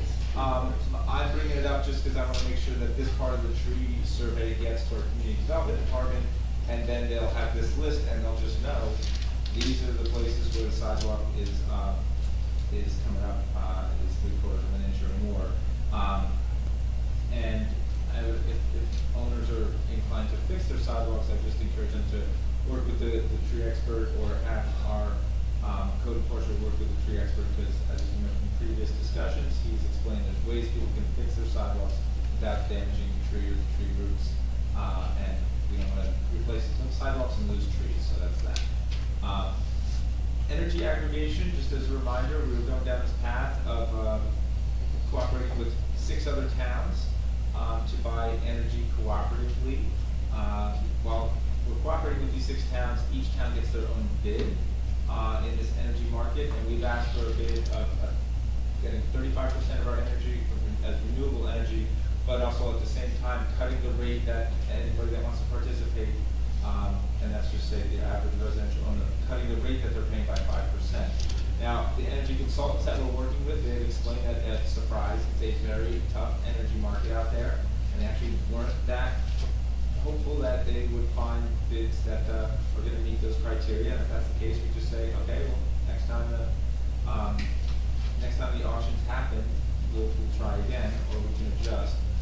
But that said, because some kind of energy prices are going through the roof, you got to think about towns that did this and locked in their rate for a year or 2 years. A few years ago, they're actually getting a really great deal right now because energy prices are rising. So more to come on that. Oh, the bid is actually on, the auction's on November 15th, so we'll know after November 15th if we're going to enter into an aggregated energy situation. Let's see. Oh, well, yeah, last time I was up here, the summer camp was still going on. Obviously, it's over, so I haven't been up here since July. So it was great, at least from the standpoint of pairing. And some of the events already mentioned, back to school bingo was actually pretty cool and well attended. Some people were reminiscing about the bingo hall in town, and we were all just thankful that it wasn't as smoke-filled as it was. And I don't think any of the kids took up smoking, so that's pretty good. Local summer was also a really cool event. I couldn't stay at that, but I think it's a great idea. First year out, I mean, I think it's only going to get better, and I think it can even be, I think less would be more. That doesn't, just let's make it so a place, a time for locals to gather and hang out on the beach on that weekend. I think that would be really great. I got a chance to go to school, the first day of school, meet the new superintendent, Dr. Heidelberg. Seemed like a good guy, but he was pretty busy on the first day of school. The Board of Education is obviously happy with their choice of superintendent, so we wish him well, and that's the extent of my report. Thank you, Councilman. Actually, Ms. Humphrey, do you have anything you want to cover? Any updates or anything? Sure, I can. Quickly. Yeah, just if you can quickly. I did want to just let everyone, I received the monthly engineering report. I just wanted to go over it with everyone quickly. It'll be all by the next meeting. We're still preparing the RFP bids for the solid waste bid that we're putting out. The solid waste bid is quite intricate and difficult. We have to account for every household, the size of the trash cans, so there's a lot going into making sure that the specs are good, so that there aren't any challenges. We are just completing the utility pole inventory. What we did was we are doing an inventory on every utility pole for wires hanging. I will then be taking that report and going to the utility companies. I was trying to do it pole by pole as I was seeing things, but that was just not, that was a waste of time, really. It wasn't it was working harder, not smarter. So once I get that inventory, I can meet with the utility companies and see if we can get some type of cleanup done. We did do a Beach Avenue drainage study because we were receiving some complaints about Beach Avenue and some of the intersections, Evergreen Avenue, 4th Avenue, and we're reviewing the existing drainage system to see what we need to do. There will be some issues that we will address as part of the Phase 2 sewer project paving. Let's see what else. Improvements to Park Place Avenue, that's ready to move forward now. Sanitary sewer improvements are still in the process. It's a very large project. Thank you all for putting up with a lot. I know it was busy through the summer. It's going to continue to be busy. I am meeting with the contractors to try to make sure that the cleanup goes as well as it possibly can. If there's any issues, just please email me. I don't check I sometimes get words and things posted on Facebook. I really don't check Facebook, so if you would email me, I usually get right on any complaints with any projects or anything else for that matter. I'm excited that we're going to do this open space application to apply with the county. It's really, you've done a great job. I want to say the programs that we're offering right now, I really appreciate you moving forward with everything that I'm pushing you to do, because I know it was a big task. I do believe that, we want a quality environment for our residents, we want a quality environment for our adults, our children, our seniors, and we're moving in that direction. So thank you for letting me do that as well, because I know that was a interesting task to take up with so many other things going on. We're still doing zoning ordinance reviews, and we will be applying for, different grants as they come up. I did want to take a moment and address the fact that it was 9/11. I want to thank Council President Sexsmith for going and sitting with me and my family during the ceremony. It's always an interesting time to reflect. We all know that 2,977 people were killed on a day that they thought they were just gonna be going to work. When you have your first responders and your survivors that are suffering, still to this day from medical conditions and PTSD, I think it's a day that changed not only our lives, our country, but our world. And Bradley Beach, like I always say, is a beautiful place, and you have a quality living environment. And a day like on 9/11, we should just reflect not on who we lost, but be thankful for what we have today. You have a really wonderful town, and you should be really proud and thankful.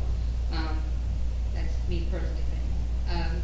Hispanic Heritage Month, Latin Fest will be 2 p.m. in Riley Park on Sunday. I'm quite excited. There will be different dance lessons, DJs, we'll be playing music, and there'll be live music as well. We celebrate Hispanic Heritage Month to recognize the achievements and the contributions of the Hispanic American champions who have inspired others to achieve success. So I just wanted to take a moment and make sure everyone knows that we're having a wonderful event, and I hope to see you there. Trees, I did want to address trees. Community development is on the fact that we will be doing the notices as we discussed over the weekend in emails, letting people know that they do have trees that need to be addressed. I believe that's it. Thank you. Kim, if we have an issue with one of the streetlights, do we just go directly to JCP&L about it? No, you can email. Yeah, you can email the police department. Okay. They do an inventory and a Cool. report. Okay, thank you. Okay, yeah, I want to thank Council President Sexton for recovering from this past Sunday. I was actually flying on 9/11, which was something in and of itself, but certainly appreciate the participation we had at that event last year. It was a great event. I usually comment each meeting on key events or occurrences and general performance, whether it's the beachfront, public works, or public safety. That won't be the case tonight, with the exception of one update. I do want to just touch on our beach revenue. Late today, we got numbers that I think are 100% correct. And our beach revenue was up about 6% over the last year. We came in just a few $1,000s less than $2 million. We came in actually at 1,997, although we're still making sure that number is absolutely correct, because there's 5 different sources of where the numbers come from. 6%, sounds, the question you might have is 6% not too great, but pre-COVID, we averaged about $1.5 million for a 3-year period. So we're up about 30% pre-COVID. COVID, we had a big boom, and then we've been able to maintain not the COVID level, but we're certainly in a great position. So we'll have we're a couple $100,000 over what we estimated for beach revenue. So that's certainly encouraging. So I wanted to let people know, because that's news we just got. There is an exasperating number that's a problem for our community, and that number is 10. So why do I say that is a tough number for us? Over the last few years, we've gone through 3 CFOs, 3 business administrators, 2 borough attorneys, and 2 clerks, which adds up to 10 people. That's not normal. I need to comment on the interaction and I think a lack of respect that we as a council have with some of our contracted professionals and our municipal employees. I question sometimes people's motives, behaviors, and actions that would cause this situation. It just seems like it's a drill that just keeps happening over and over, and it just has to, we really have to reflect on that. I've tried to navigate through this situation to the best of my abilities, hoping not to affect service to our residents and progress of the administration, which is comprised again of municipal employees and professional staff. Although not ideal, this tenor has been a reality. The reason I bring this up today is that the situation, I think, has kind of gotten worse versus better. We've had situations of misinformation, of gaslighting, in an effort in social media on, quote, topics. Unfortunately, these have drifted into innuendo, lies, and half-truths relative to some of our employees and professionals, which is not acceptable. Some of the challenges and unprofessional behavior that has occurred since last year has affected our employees and our professionals. Some of you may know that we settled a lawsuit a few years ago for a similar reason. I abstained from that vote. It was one of my first votes on the council. I just don't ever want to repeat that ever as a community. The most frustrating thing that bothers me about this is people's careers and professional reputations that are at stake. But they seem to be at play. And I use the word play because sometimes I just don't think there's any self-awareness around the fact that these are people's careers and professional reputations. This has to change. It just has to change.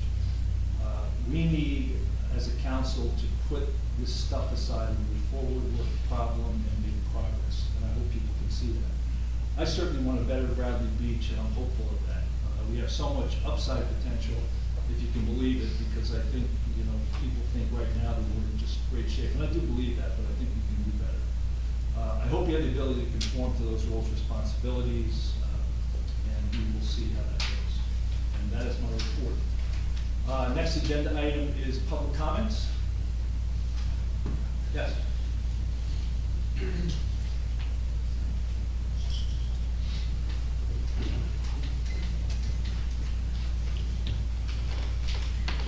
Nancy Meadow, Ocean Park Condos. Yeah, this is about people's lives and reputations and civility and respect. And I know at the last meeting, I pointed out that the Zoom people do not see anything other than the council. And it would be helpful if they knew what other borough employees and or representatives were here. Apparently, they don't deserve that respect because there has been no change. I would like to thank the gentleman from CME who introduced himself. Unless you're able to see over a chair, we have no knowledge that there is somebody for a borough attorney here. I don't know if it's arrogance, incompetence, but it certainly is disrespectful. In addition, who is Paul that was up there speaking? I don't know. Moving along, I used to speak with the previous mayor, Wednesday evening meetings. They were private. I would give him suggestions. He would take notes and no action. I assume the action was probably file 13. However, he did take one action, and I see it's still in practice here, so I feel that in a tiny, minuscule way, I made a contribution. So I thought, well, there's a connect and quench with the mayor last week. I'm not familiar with this. I will go and try to connect. I was there, a couple was there, a male person was there, and yes, I'm using old-fashioned gender identity. A videographer was there, and somebody waiting for a meeting was there. I brought up the point that it was connected with the mayor, not with the BA or law enforcement. I was told that that information was on the website. I don't like to argue in public unless I double check myself. It was not on the website that I looked at. And it was interesting to me that I spoke for 5 minutes. The borough employees spoke for much more than that in a quite offensive way to me, and then spent 5 minutes discussing their baseball preferences before the other gentleman spoke for 25 minutes. So things like, gee, can we get our pool back? Couldn't come out of my mouth because it just didn't, I didn't connect, I guess would be the point. Oh, and there also was a borough employee who had to stay there for the quench part. So we paid someone for this. Mind-boggling. I also, if you want something new, you can kind of let it just disintegrate, so then there's a real reason to get something new. So if I remember correctly, we approved last meeting about $8,000 for a new website. But now I've watched for a year the old new website not having new information put on it. Because we're, I guess, waiting to begin another one. I don't know. But this is what I do know. Everyone said last week the 5K, last meeting the 5K was great. I clicked on 5K, it told me the date it was, it told me it ran all day. I knew nothing else about it, couldn't participate because I didn't know who, what, where, when, how. Well, I knew the when. Then after last meeting, I wanted to connect with some of the seniors that had spoken up because I had some information I wanted to share. So I thought, well, I'm a senior, I'll go to a senior meeting. Gee, I wonder where they're held. And this is before the whole incident. I didn't know anything about it. So I went to the website and clicked on senior activities. I got nothing. So my point here is, all of you in front of me who are grimacing, slouching, tuning me out, and whatever, your job is to service we the people.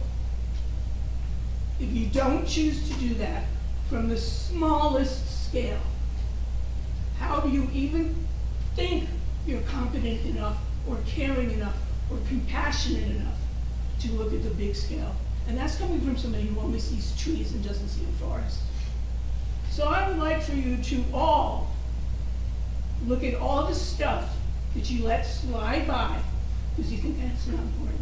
Oh, she's the town nuisance. Well, I'm going to tell you, you are affecting our quality of life. Thank you, Erica. Thank you. Yeah.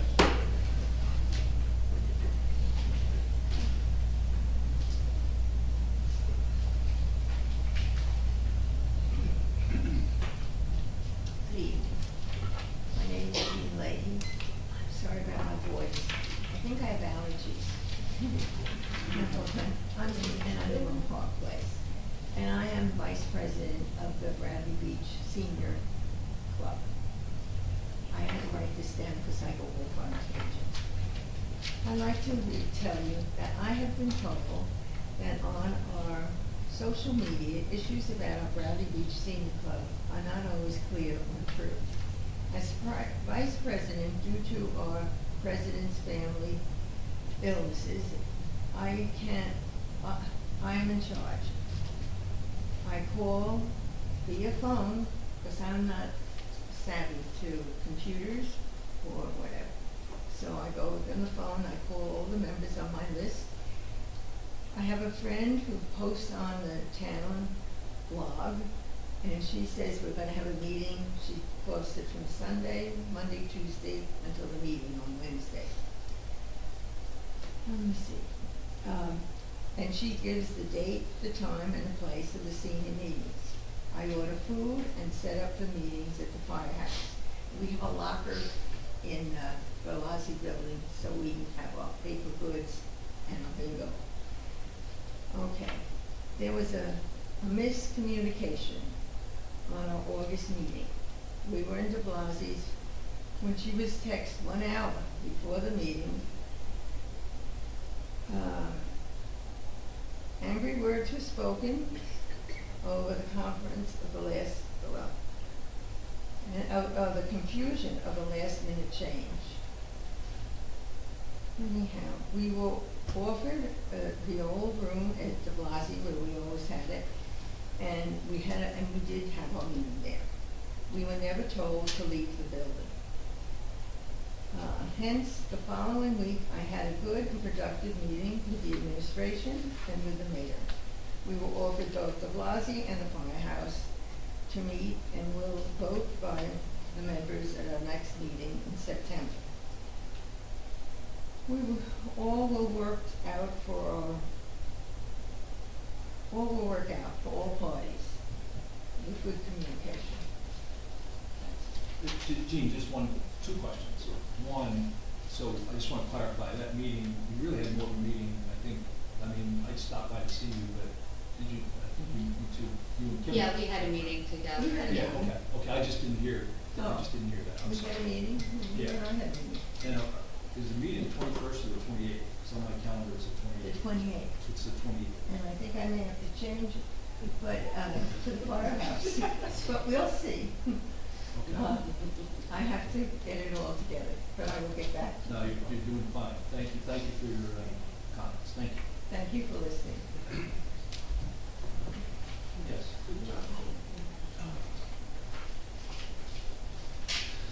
Peter Sharp, 301 Second Avenue. I have some questions on energy aggregation. John, would it be appropriate to address these to you? Sure. Okay. You've been very kind in the past with supplying me with some reading materials on this topic generically. Thank you for that again. It sounds like, though, things are starting to get real and specific. And you mentioned a moment ago, I think, a fixed ratio between renewables versus fossil fuels, 35% renewables. But when we spoke in the past, you said that each individual homeowner would be able to select the mix, the ratio that he desired. Is that still true? So, to a certain extent, I should have mentioned what the energy consultants advised. From the beginning, we've always wanted it, so if people want to pay more, if they want to get like 100% renewable energy as what they're purchasing, they can do that. Naturally, they're going to pay more, but that was always one of the things that I forgot to mention that. So that is still an option. But I asked the energy consultants, well, can we have like 50%, and all these different, and they said, no, don't do that. Just go for the 100%, and they could probably explain better. I couldn't exactly explain why. I'd be happy to put you in touch with Lisa Head to explain why. So there's an option for 100% renewable energy if people want to do it. And I also did mention, this is, people can opt out of this, they can just opt out forever, they can opt out this auction, they can come back in, they can do, they're going to get communicated to if they find, if they find a supplier at the terms that we're talking about, then you're going to get communicated to opt in or opt out and all this other stuff. So there's not Baskin and Robbins 32 flavors, there's 2 flavors. There's kind of not, there's 2 flavors, yeah. Okay. The flavor, yes, the vanilla flavor at 35%. Were other flavors possible that would be cheaper? I think you mentioned there was a 5% savings that was going to come to homeowners. Did we have it within our power to pick a different mix? Okay, so what we want, right now, everybody, you don't have to do anything. Your energy mix is 24.5% renewable energy. That's like a state mandate. All the utilities are meeting that. So right now today. So this is just like, okay, let's see if we can get a little bit more renewable energy in the mix. And the idea from the beginning. Let's see if we can do more green energy, but we don't want to do it at anybody's expense. So we're only going to do that if it's going to save people at least 5%. If it saves them 1%, we're like, well, maybe it's not worth it. Let's save at least 5%. So that's where we're going. And again, that option, if people want to do more, they got money, and they want to go 100% renewable energy, they can do that. Is there an option to save people 10%? Well, we could tell the we could say, yeah, that's our requirement, and the likelihood of us actually finding suppliers at that rate would be even less. You know what I'm saying? Because the energy the market is really tight. And again, we were sort of getting advised because these energy consultants have done this over and over again. They kind of know what works, know what's going to happen. And again, there's other towns that they might be doing something different. There's a couple towns in the mix, Asbury and Red Bank. They are by ordinance ratcheting up the amount of renewable energy year by year by year by year. And I think we said, well, let's just see if we can get this, a little bit more renewable energy year one and not bind ourselves. I have no doubt this will work great under a sunny day scenario, pun intended. But suppose we go through an extended period where the wind doesn't blow and the sun doesn't shine. Do we put our citizens at any risk for having outages with a 35% mix? And conversely, if all of a sudden the spigot turns on again for fossil fuels and they become a lot cheaper, but we've locked in at a certain rate for the 35% renewables, do we encounter a financial risk, or we are now paying above market prices because of that decision, because of that mix? I'm just looking for ways that this can break down, because I think we need to protect ourselves, and I'm not sure what's happening to do that. And the answer is probably not, because these are relatively short-term contracts. Like a year and again, I mean, maybe 18 months would be really long, but again, the consultant is telling me the way the markets are, no one's gonna give you 18 months at any price, so it's probably gonna be a year, maybe even less than that. So I think not, you know, as far as the wind not blowing and the sun not shining, like, I don't know that there would be, well, first of all, the renewable energy can be coming from literally anywhere, and that's actually one of the stipulations we said. We could have asked for renewable energy from right here in New Jersey, and it gets a lot more expensive. There was a quote, hey, windmills in Iowa are good, so, it's essentially, you're buying power from places that could be generating elsewhere. So, I mean, unless the entire country goes dark, Well, still, I don't, I know my time is up. One more quick question though, please. Now that we're getting very real and very specific about this, is there a place, documents online somewhere where an interested party could read about all this and learn more? Yeah, I mean, I would say yes to, and I will ask and find out, because that's, you certainly deserve that. There's other, like, groups of towns in New Jersey that have aggregated, and maybe they have, I mean, they've done it for a few years, so maybe there's documents written about them or whatever, but. We, Bradley Beach, have something, we're about ready to commit. Yeah, no, I hear you, and Something. everything that I'm getting is, you know, it's the energy consultant to us, I share with council or the administrator. I will ask if all this stuff can be public, I mean, that'd be great, I'd be happy to share that with everybody. Yeah. You think so? Okay. Thanks, Peter. Thank you, John. Thank you for the extra time. Question, yes.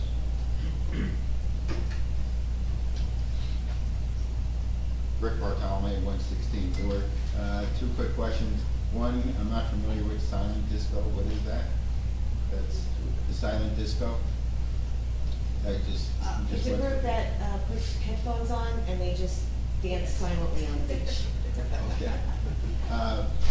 Second item is. And it's disco music, they have headphones on, it's completely silent, and they're just dancing on the beach.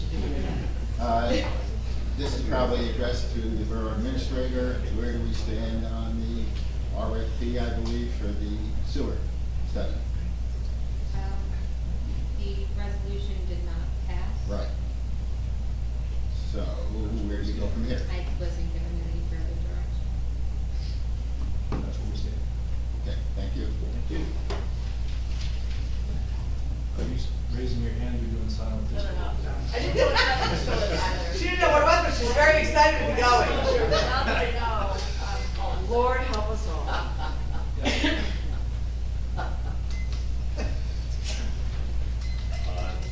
Dr. Tom Dwyer, 610 Brindley Avenue. So Jean, right? Jean did a awesome job. So she said something on Facebook was not true. There was something going on. Mayor, you just talked about respect and talked about misinformation being put out on Facebook. Would you care to elaborate on what that is? No, I wouldn't really, because my comments were general comments, I don't want to get into specifics because. One? We get one. The reason I don't want to get into specifics is there are personnel issues and legalities that I shouldn't. Is that correct, Christine? So how about that has nothing to do with our, what's called, does it everything have to do with our employees? That's misinformation right now? I can't comment because I don't really look at Facebook that much. It's what I've been given. But you just made a statement to everyone here that there's misinformation. You can't hear me? Yeah. Okay. So you made a comment to everyone here that there's misinformation going on out there. Correct. And can you give us at least And one this example of information that? I've been forwarded has to do with. I think I can respond. No, I'd really love to hear from him because he's saying this, and because I mean, I know Councilman Benell's been posting a lot of things of information on there about what's going on in this town, and I'd really like to, is what he's putting on there misinformation? What I'm telling you is that when it relates to a personnel issue, I can't comment on personnel. Okay. related issues. So it only has to do with personnel. Now, It's related, yes, so Okay. can you have a comment? Well, I said maybe I can say what the actual occurrence was for one of the issues Sure. that Ms. Leahy brought up. No, I shared about that one. I want to know, because there's got to be something else that's going on. I know. Oh, it's a person. Okay, So, I mean, when you make a statement like that, is it really deceitful information that is completely wrong information? That's a yes or no, so you can say yeah. Correct, counsel? You can answer that. Is it completely wrong information? I'm not gonna- I would advise. I really don't, I really not, This is, gonna sit here and go through an inquisition on this, I'm sorry. Well, when can we get that information that you have deemed information misinformation? I have been given information, we reviewed it with counsel, we reviewed it from a personnel perspective, and that's what we can do. But we're definitely classifying it as misinformation, not malinformation? There was no information that was So specified. no that was information. classified here. We don't classify. He was speaking in general terms, Yes, that is. and so, that's as far as I'm going to go on information from my point of view, as So in general. Okay, because you've spoken a lot in generals before, Mayor, and I just would love, like, Gene brought up exactly what happened and said, this is how it's clarified. Why can't we do that with other things, even though there's gotta be other things that aren't regarding generals? Gene's a private citizen, she can do that. And what you're saying about people posting on Facebook, which you're not really on, that they're posting misinformation. And it has to do with our borough council, employees, that's what it has to do with. And we can't, this is like someone's gonna get sued for this? Yes, no, can't answer that? I'm not gonna respond to that. All right, so this is where we're going, so, okay. Do we know what the definition of misinformation is? Okay. Do you have anything else you want to cover? Because you're No, just- I don't. I really want to get to this, because every time this is brought up about us or about things being posted on there, and you're saying these Not things, us. you're saying people are posting things on Facebook. Mention nothing about it. Is Mr. Shook here too on council? No. No? Okay, just wanted to make sure. I guess, but do we know the definition of malinformation? 'Cause that's a new word that they just coined. Malinformation. I didn't use that term, so. I'm gonna use the term. Malinformation means information that is correct, but you don't like it, and it's used against you. Could things be used maybe in malinformation that you just don't like it? I really don't look at it, so. Well, can I encourage you to go on Facebook maybe and look at it? Because that's not my job to go on Facebook. There's a lot of good, it's like our town, You certainly Yeah, have that's right, every right everyone to in go the on, town's every there. right to go on Facebook, you have every right to post on Facebook. I choose not to, I'm an elected official. but you do choose, you just posted about Mr. Sexsmith, and then that was the only thing you posted about. So you do go on there, so you choose things, but you choose to say, look out for Tim, vote for Tim. I didn't say you were one of those things. You didn't, did you post anything else about any other council members? Or just Tim? I made a comment on that, Tim, but not the one you mentioned. And that was it, right? That's time, thank you. No, thank you, you're doing a great job. Anybody else? Yes.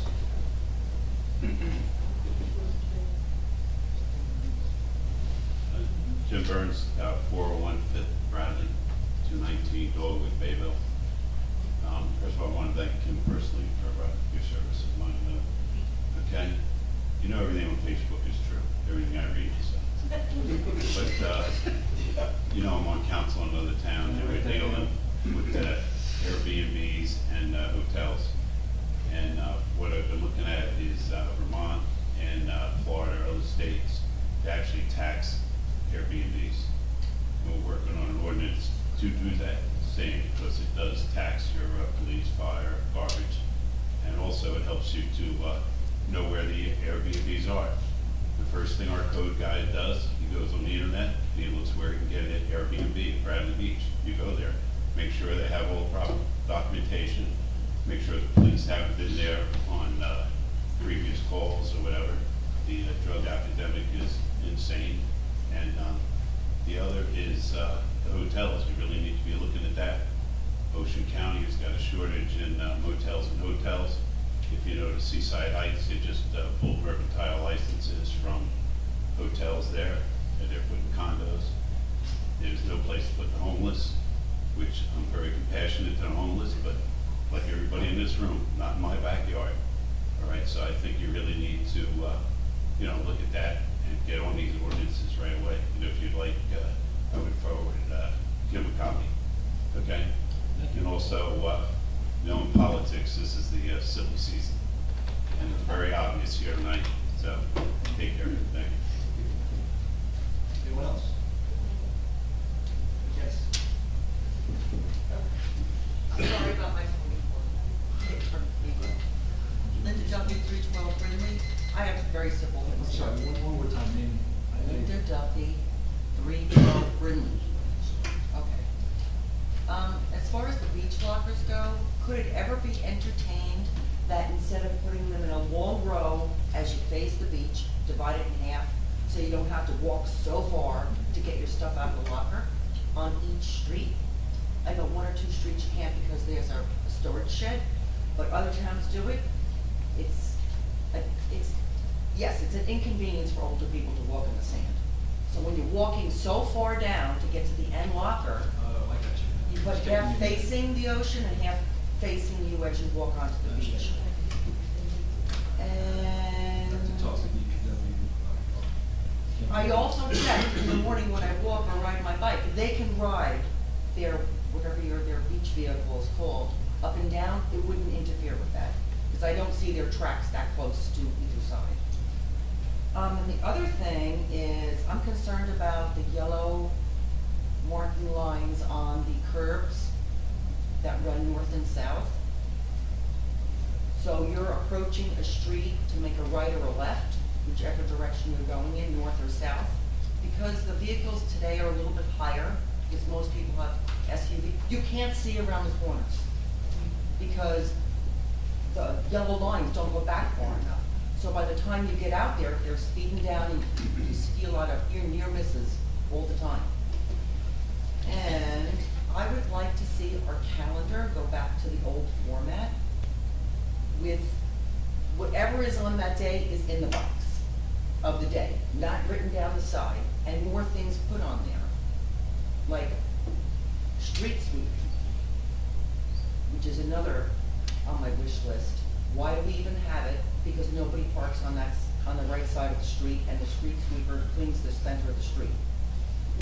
So what is the purpose of street sweeping? It doesn't do anything. It never hit my house once all summer because somebody parked in front of my house on that day, or everybody else's house. I even went down other blocks to see, and we're really wasting our money. I would tend to agree with you on streets. You know, and if we do street sweeping, then those people have to park on the opposite side of the street. I'm not trying to give anybody a heartache. And I would like to see, like, the planning board's minutes posted online so we could read them.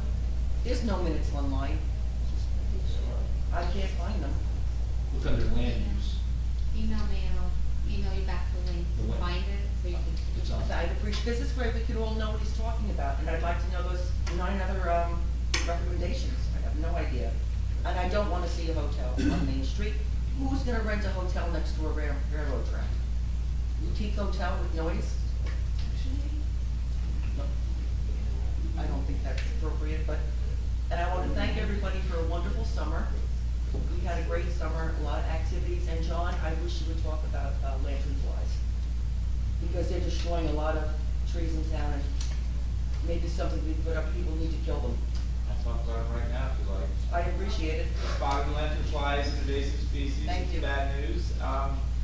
What people can do themselves is they live in a tree that is also an invasive species called the tree of heaven. It's from China. There's a huge one, like across from the firehouse, like kind of on the corner of Autotech. It's not on town property, that's public property, it's private property. But that's a tree of heaven, that's a huge one. Tree of heaven grows where like nobody's paying attention. Like you put a chain link fence in the back of your thing and you leave it, and then 10 years later you got tree of heaven. And now we have spotted lanternflies, and that's like their favorite place to live. So if you think you have a tree of heaven, call me or anybody on the Shade Tree Commission. We'll let you know, and you can call a tree person and get it taken care of. But that's one way to start. Thank you. Anyone else? Yes. It's also known as the tree of hell.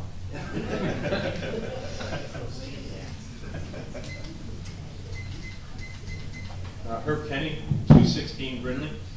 It's my first time coming to one of these meetings.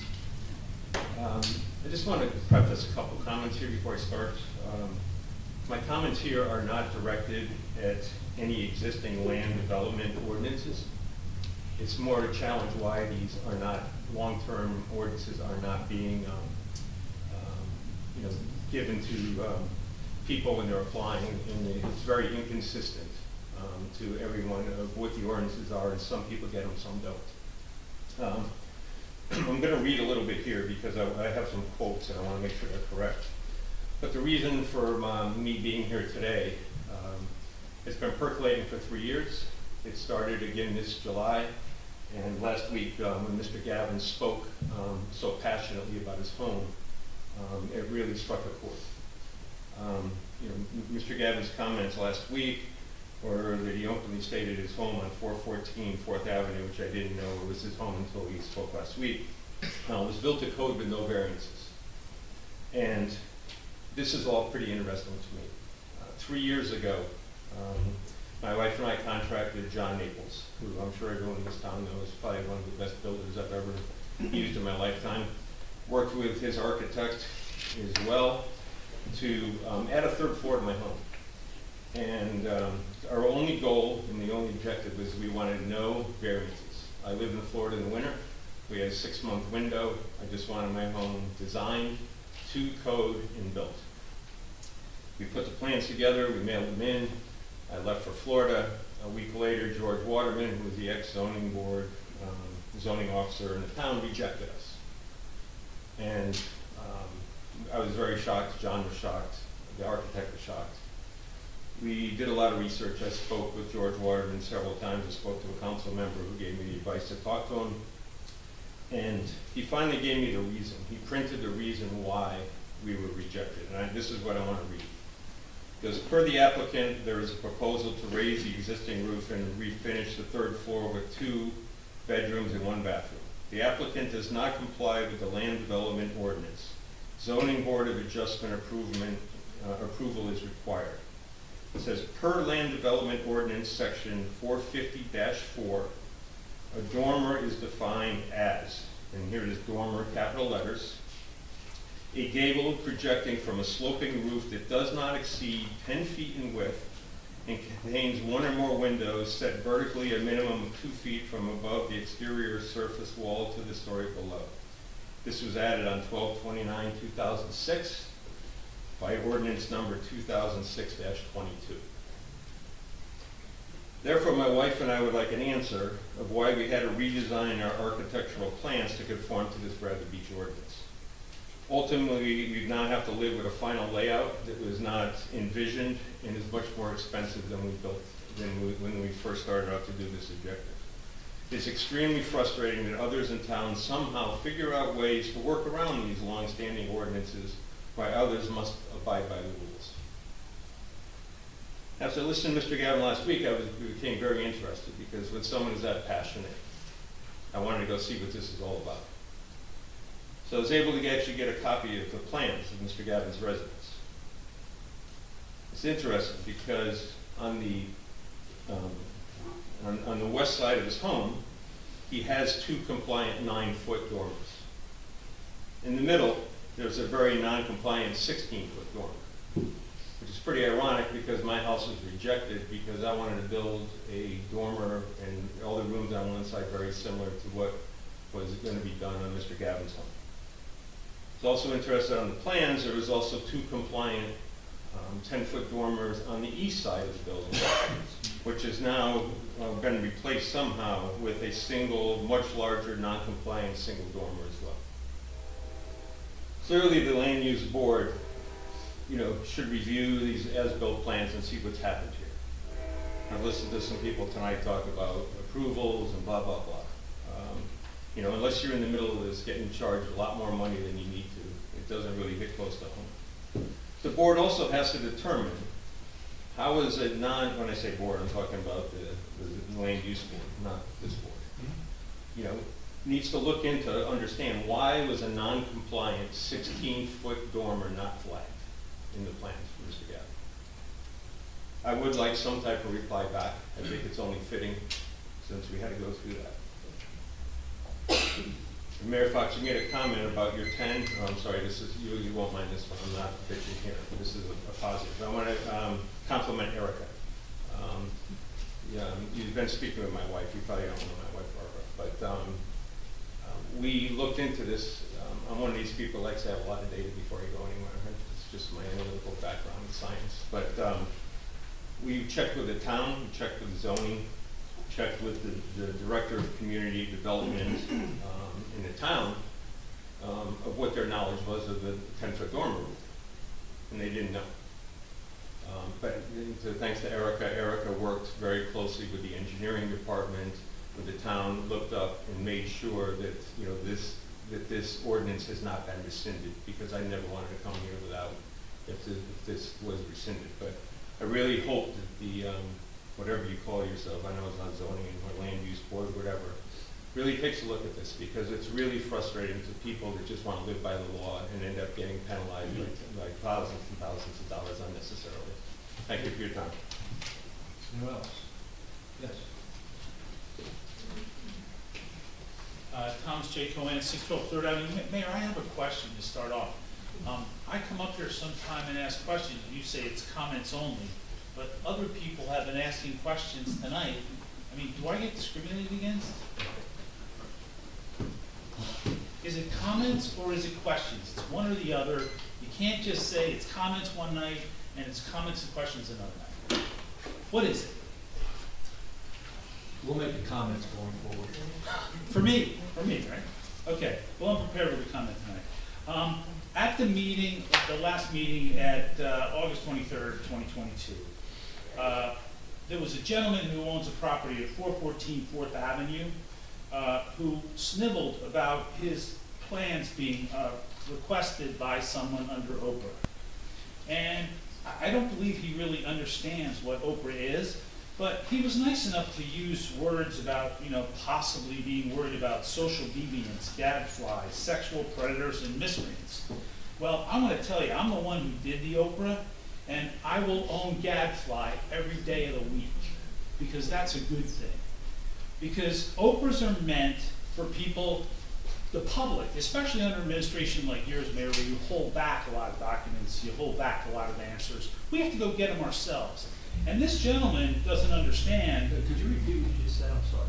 Yeah, I said your administration holds back a lot of documents and a lot of answers, and we have to go find them ourselves. That's just not true. That is true, sir.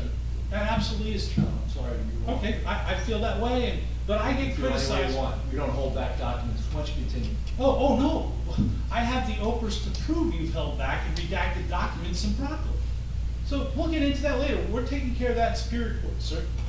But anyway, this person, was living in Shrewsbury in 2019 when there was a case at 306 Monmouth Avenue that was uncovered due to Oprahs, where a councilman was building a large garage apartment that was not what the plan that he submitted was.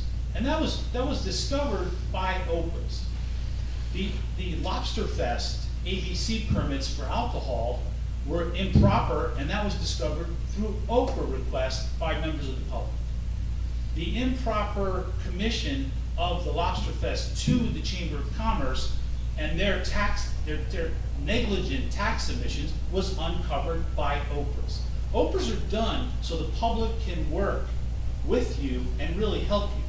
But it's meant to be an open and honest fashion for us to do business. And this person was very upset about it and everything, but you know what? Thou dost protest too much. And the plans do reflect exactly what was talked about by Mr. Kenny.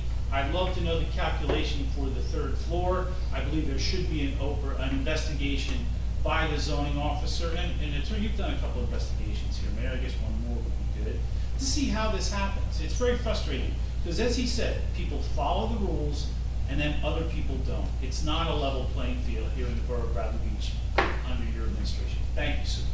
Thank you. Yes. For anybody who doesn't figure it out by now, I'm Tom Gavin, 414 4th Avenue. Mr. Kenny, I apologize. I submitted the plans through my architect, through the town.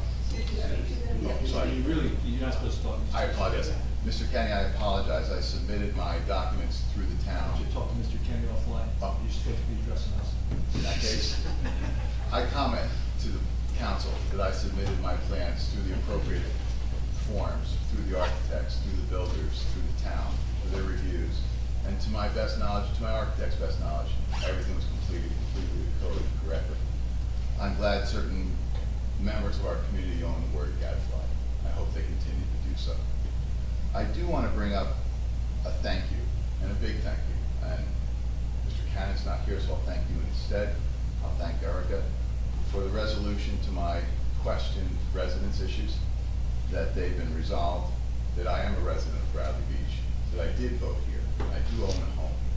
And I thank you to all of the people who are involved in that. To those who questioned it, I thank you, because that settled something that was very important. Earlier, the mayor stated there was some misinformation online. I take it that that misinformation was made in the best of intent. I'm not sure it was, but I'll take it that it was. And that now that it's resolved, it will stop. I can't promise that, but I can.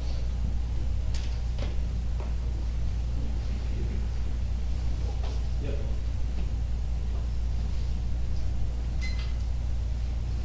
Yes, William Bishop, 110 Fifth Avenue, Bradley Beach. With Mr. Cohn's statements as far as Oakland being a good thing, I'm going to disagree with him completely, 100%. Because he is the one that's opening and it's costing the towns thousands and thousands of dollars. There is no information that's withheld from the town. There's nothing. Everything is posted. So I don't know where he comes up with this thing. And Councilman Bonnell, I wish you would stop playing Monday morning quarterback on Facebook. I mean, you yourself posted when they arrived at the senior center, they were met by municipal employees who said they could not use the building. The police were called to remove them from the building. Where'd you get that information from? Jane just mentioned that they used the building. Now you're stating on Facebook that the police came and evicted them. Come on, stop playing Monday morning. Were you there? Did you see it? Did you see the police there? But people came to me with. No, you're saying a second thing, okay? An after effect, okay? You're just repeating somebody else's lies. Stop, because that's all you're doing on Facebook is lying constantly. Your lies, half-truths, and innuendos. That's all you're doing. You come up and you say, well, so-and-so said. Well, do you have any proof? Here, perfect example. Okay, what you posted about Tom Gavin, that he can't run for council. He's been voting in town. Do you have any proof of that? No, but you have proof that he doesn't live in town. Okay? And, you know, the man has a house, he's been here. I mean, if the elections bureau said that he can't vote, he can't run, then he can't run, but yet they put him on a ballot. So guess what? You're wrong. You're spreading false information. Please stop. As a councilman, please stop. Thank you. Okay, thank you. If there's no other questions or comments, I will make a motion for adjournment. All in favor? Aye. Thank you, everybody. Have a good evening. Here it is, Randy Bonnell, August 31st, 3:08 p.m. For 3 years. There it is. Stop. Yes.